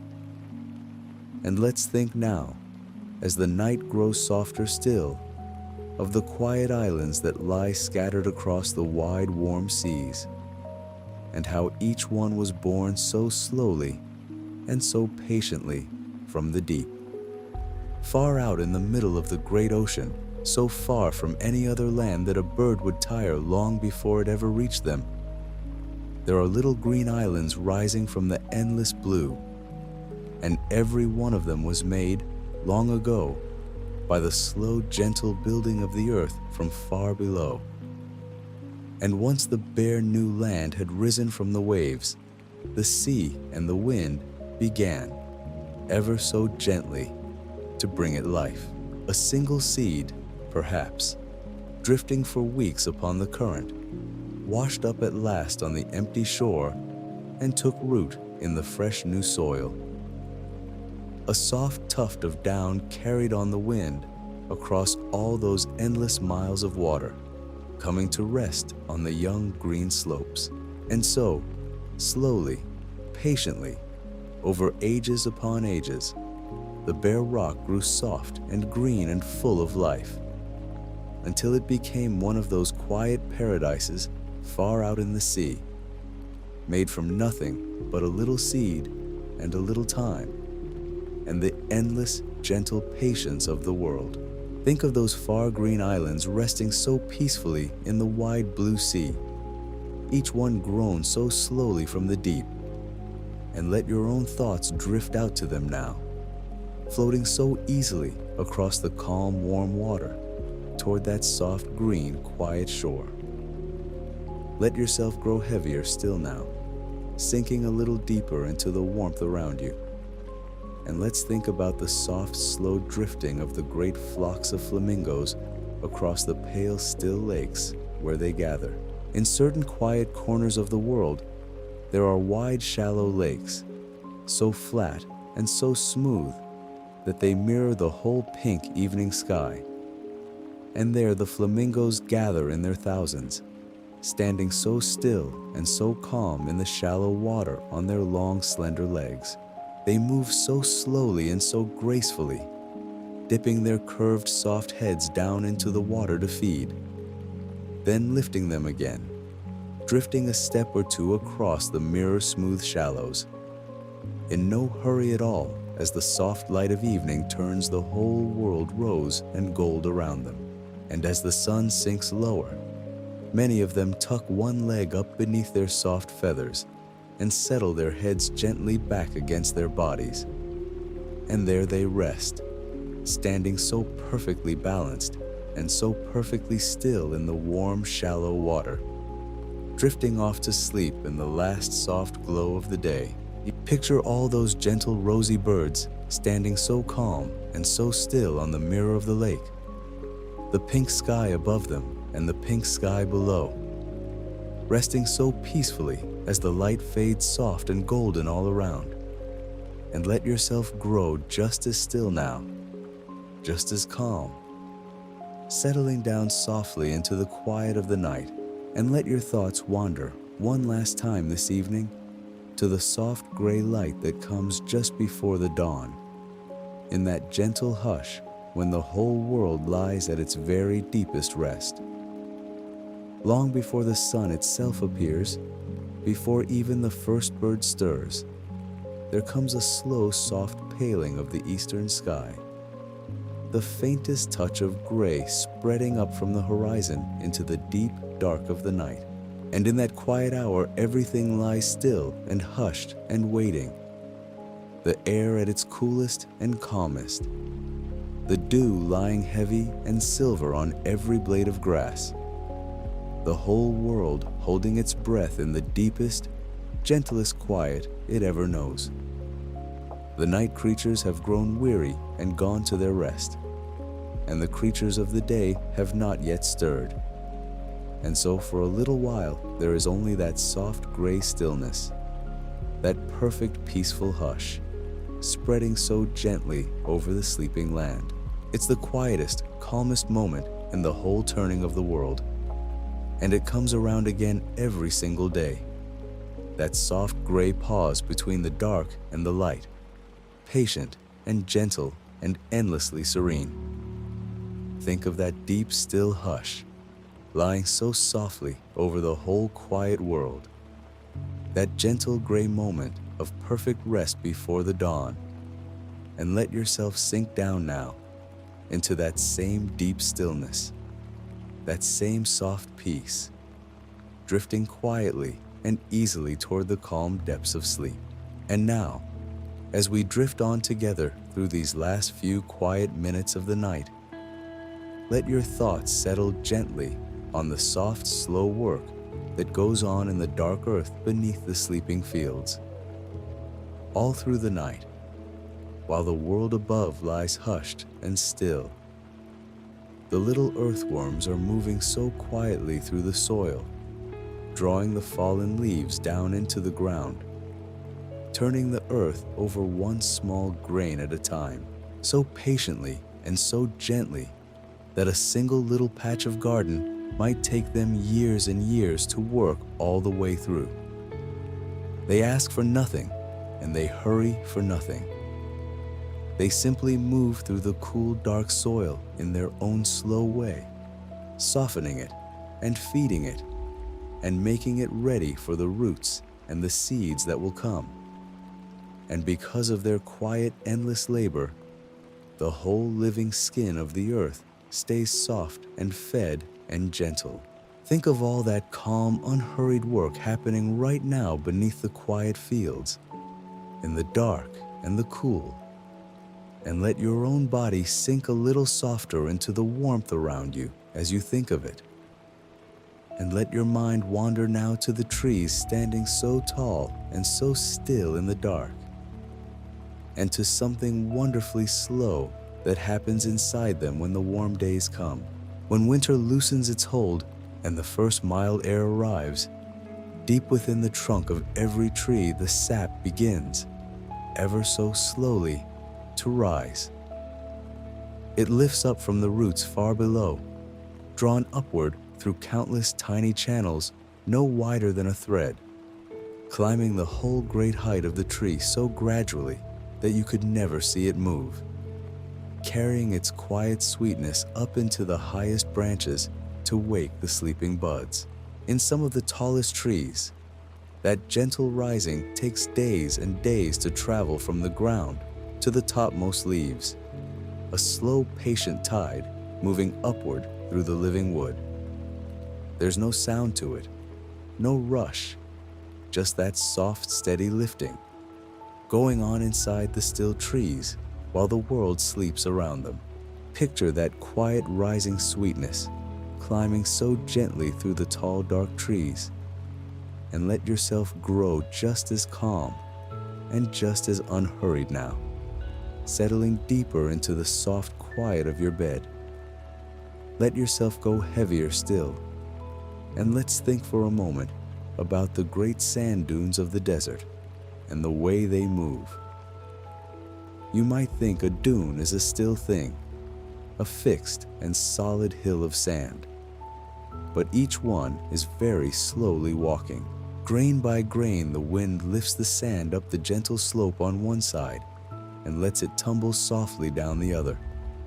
And so, over the long, slow years, the whole great dune creeps forward across the land, a step at a time, so slowly that you would never catch it moving, drifting perhaps only a few paces in a whole year. Whole ranges of these soft golden hills are wandering across the deserts of the world in this quiet, patient way, rising and shifting and settling, in no hurry at all, moved along by nothing more than the gentle passing of the wind. Think of those great soft dunes drifting so slowly beneath the wide starry sky, warm and golden and endlessly patient. And let that slow, gentle motion carry your own thoughts along with it, drifting softly toward sleep. And now let your thoughts follow something small and gentle across the wide, dark sea. There are little sea turtles that hatch on a warm, quiet beach and slip away into the water as tiny things no bigger than the palm of your hand, and then swim out into the great wide ocean for years and years, wandering thousands upon thousands of miles across the open water. And yet, when the time comes at last for them to lay their own eggs, they turn, somehow, and find their slow, patient way back across all that endless sea to the very same soft stretch of sand where they themselves were born. No one taught them the way, and no map was ever drawn. And still they come, gliding so calmly through the warm water, guided by something quiet and ancient inside them, back to that same gentle shore. Picture one of them now, moving so slowly and so peacefully through the moonlit water, her broad flipper sweeping softly, in no hurry at all, carried homeward by that quiet old knowing. And let yourself feel how gently you too are being carried now, softly and surely, toward your own rest. Let your thoughts rise now, softly, to the cold, clear windows of a winter's night, and to the delicate work the frost does there while everyone sleeps. When the air grows cold and still and just a little damp, the frost begins to gather on the glass, and it doesn't gather just anywhere or anyhow. It spreads in the most delicate patterns, in soft feathery ferns and fine branching leaves and tiny crystal flowers, each one growing so slowly and so quietly across the cold glass through the small hours of the night, until by morning the whole window is covered in a garden of white lace that no hand ever made. Every one of those patterns is different, formed all on its own out of nothing but cold air, and the slow patient joining of the tiniest drops, growing there in the dark while the house lies sleeping. Think of that soft white frost garden spreading so gently and so quietly across the cold glass, one delicate crystal at a time, and let your own thoughts grow just as soft and just as still. Now, before we let the very last of the night settle over us, I want to tell you something gentle. If you found a little peace here tonight, a little softness, then you should know there's another quiet story ready and waiting to begin all on its own the moment this one ends. You don't need to reach for anything or do a single thing. Just let it carry on playing, and let it carry you along too, on and on through the soft dark hours, so that if you're still awake, there'll be another calm voice to keep you gentle company. And if you're already drifting, it'll simply drift along beside you. And if these slow, quiet journeys are the sort of thing that helps you find your rest, you might, whenever it suits you, let the channel know you'd like to come back again, so these calm nights can find their way to you more easily. But none of that is for now. Now is only for resting. Let all of it go, and stay right here in the soft, warm quiet where you are. Let yourself grow heavier still, and let's think about the soft, slow falling of the snow onto the branches of the pines in the deep, still forests of the winter world. Up in those quiet places, when the snow comes down, it comes without a sound, drifting so gently through the cold, dark air, settling little by little on every branch and every needle, building up so softly and so slowly that the whole forest is gradually wrapped in white. The tall pines bow their branches lower and lower under that soft weight, and everything grows deeply, wonderfully still, the falling snow hushing every sound until there is nothing left but the deep quiet of the sleeping woods. Now and then, a branch lets its soft load slip gently to the ground below, with only the faintest whisper, and then all is still and hushed once more. Picture that quiet, snowy forest lying so peacefully in the dark, every branch softened and rounded with white, the snow still drifting down so slowly and so silently through the trees.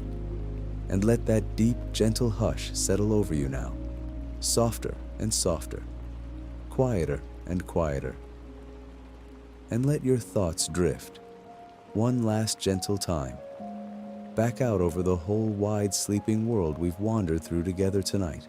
Think of the great slow oceans rising and falling in the dark, and the quiet mountains standing so patient beneath the stars, and the soft green forests breathing gently in the warm places of the world. Think of the slow rivers wandering down to the sea, and the deserts warm and golden under the wide night sky. and the little animals curled up safe and sleeping in all their quiet hidden places. Think of the flamingos resting on their still pink lakes, and the great whales drifting slow and deep, and the old tortoises, and the little seahorses, and the soft drifting jellyfish. Every one of them settled now into the gentle rhythm of the night, all of it turning so slowly and so peacefully through the dark, the whole great patient earth carrying every living thing along with it, softly, gently, toward the morning that will come in its own good time. There's nothing at all left for you to do now. Nothing to think about, nothing to hold on to, nothing to reach for. The world will keep on turning just as slowly and just as gently, whether you're awake to watch it or not. And it asks nothing of you, but that you rest. So let your thoughts grow soft and dim, like the last light fading from the evening sky. Let them slow and settle and drift, and let them go. Let your body sink down heavy and warm and easy into the softness beneath you. Every part of you loosening, every part of you letting go. There's nowhere you need to be, and nothing you need to do. Only this soft, warm quiet. Only this gentle drifting down into rest. Let your breathing grow slow and soft and easy, rising and falling all on its own, like the slow, calm swell of the sea, far out beyond the shore. And with each gentle breath, let yourself sink a little deeper, a little softer, a little further from the day, down and down into the quiet, into the warm and peaceful dark. The whole great world is resting now, and so may you. You've done everything you needed to do today, and now the day is done, and the night is here, soft and dark and kind, holding you gently as you drift away. Rest now. Let go now. Let the quiet carry you the rest of the way, softly and slowly, down into the deep, calm peace of sleep. Sleep well and rest easy, and be at peace. Good night.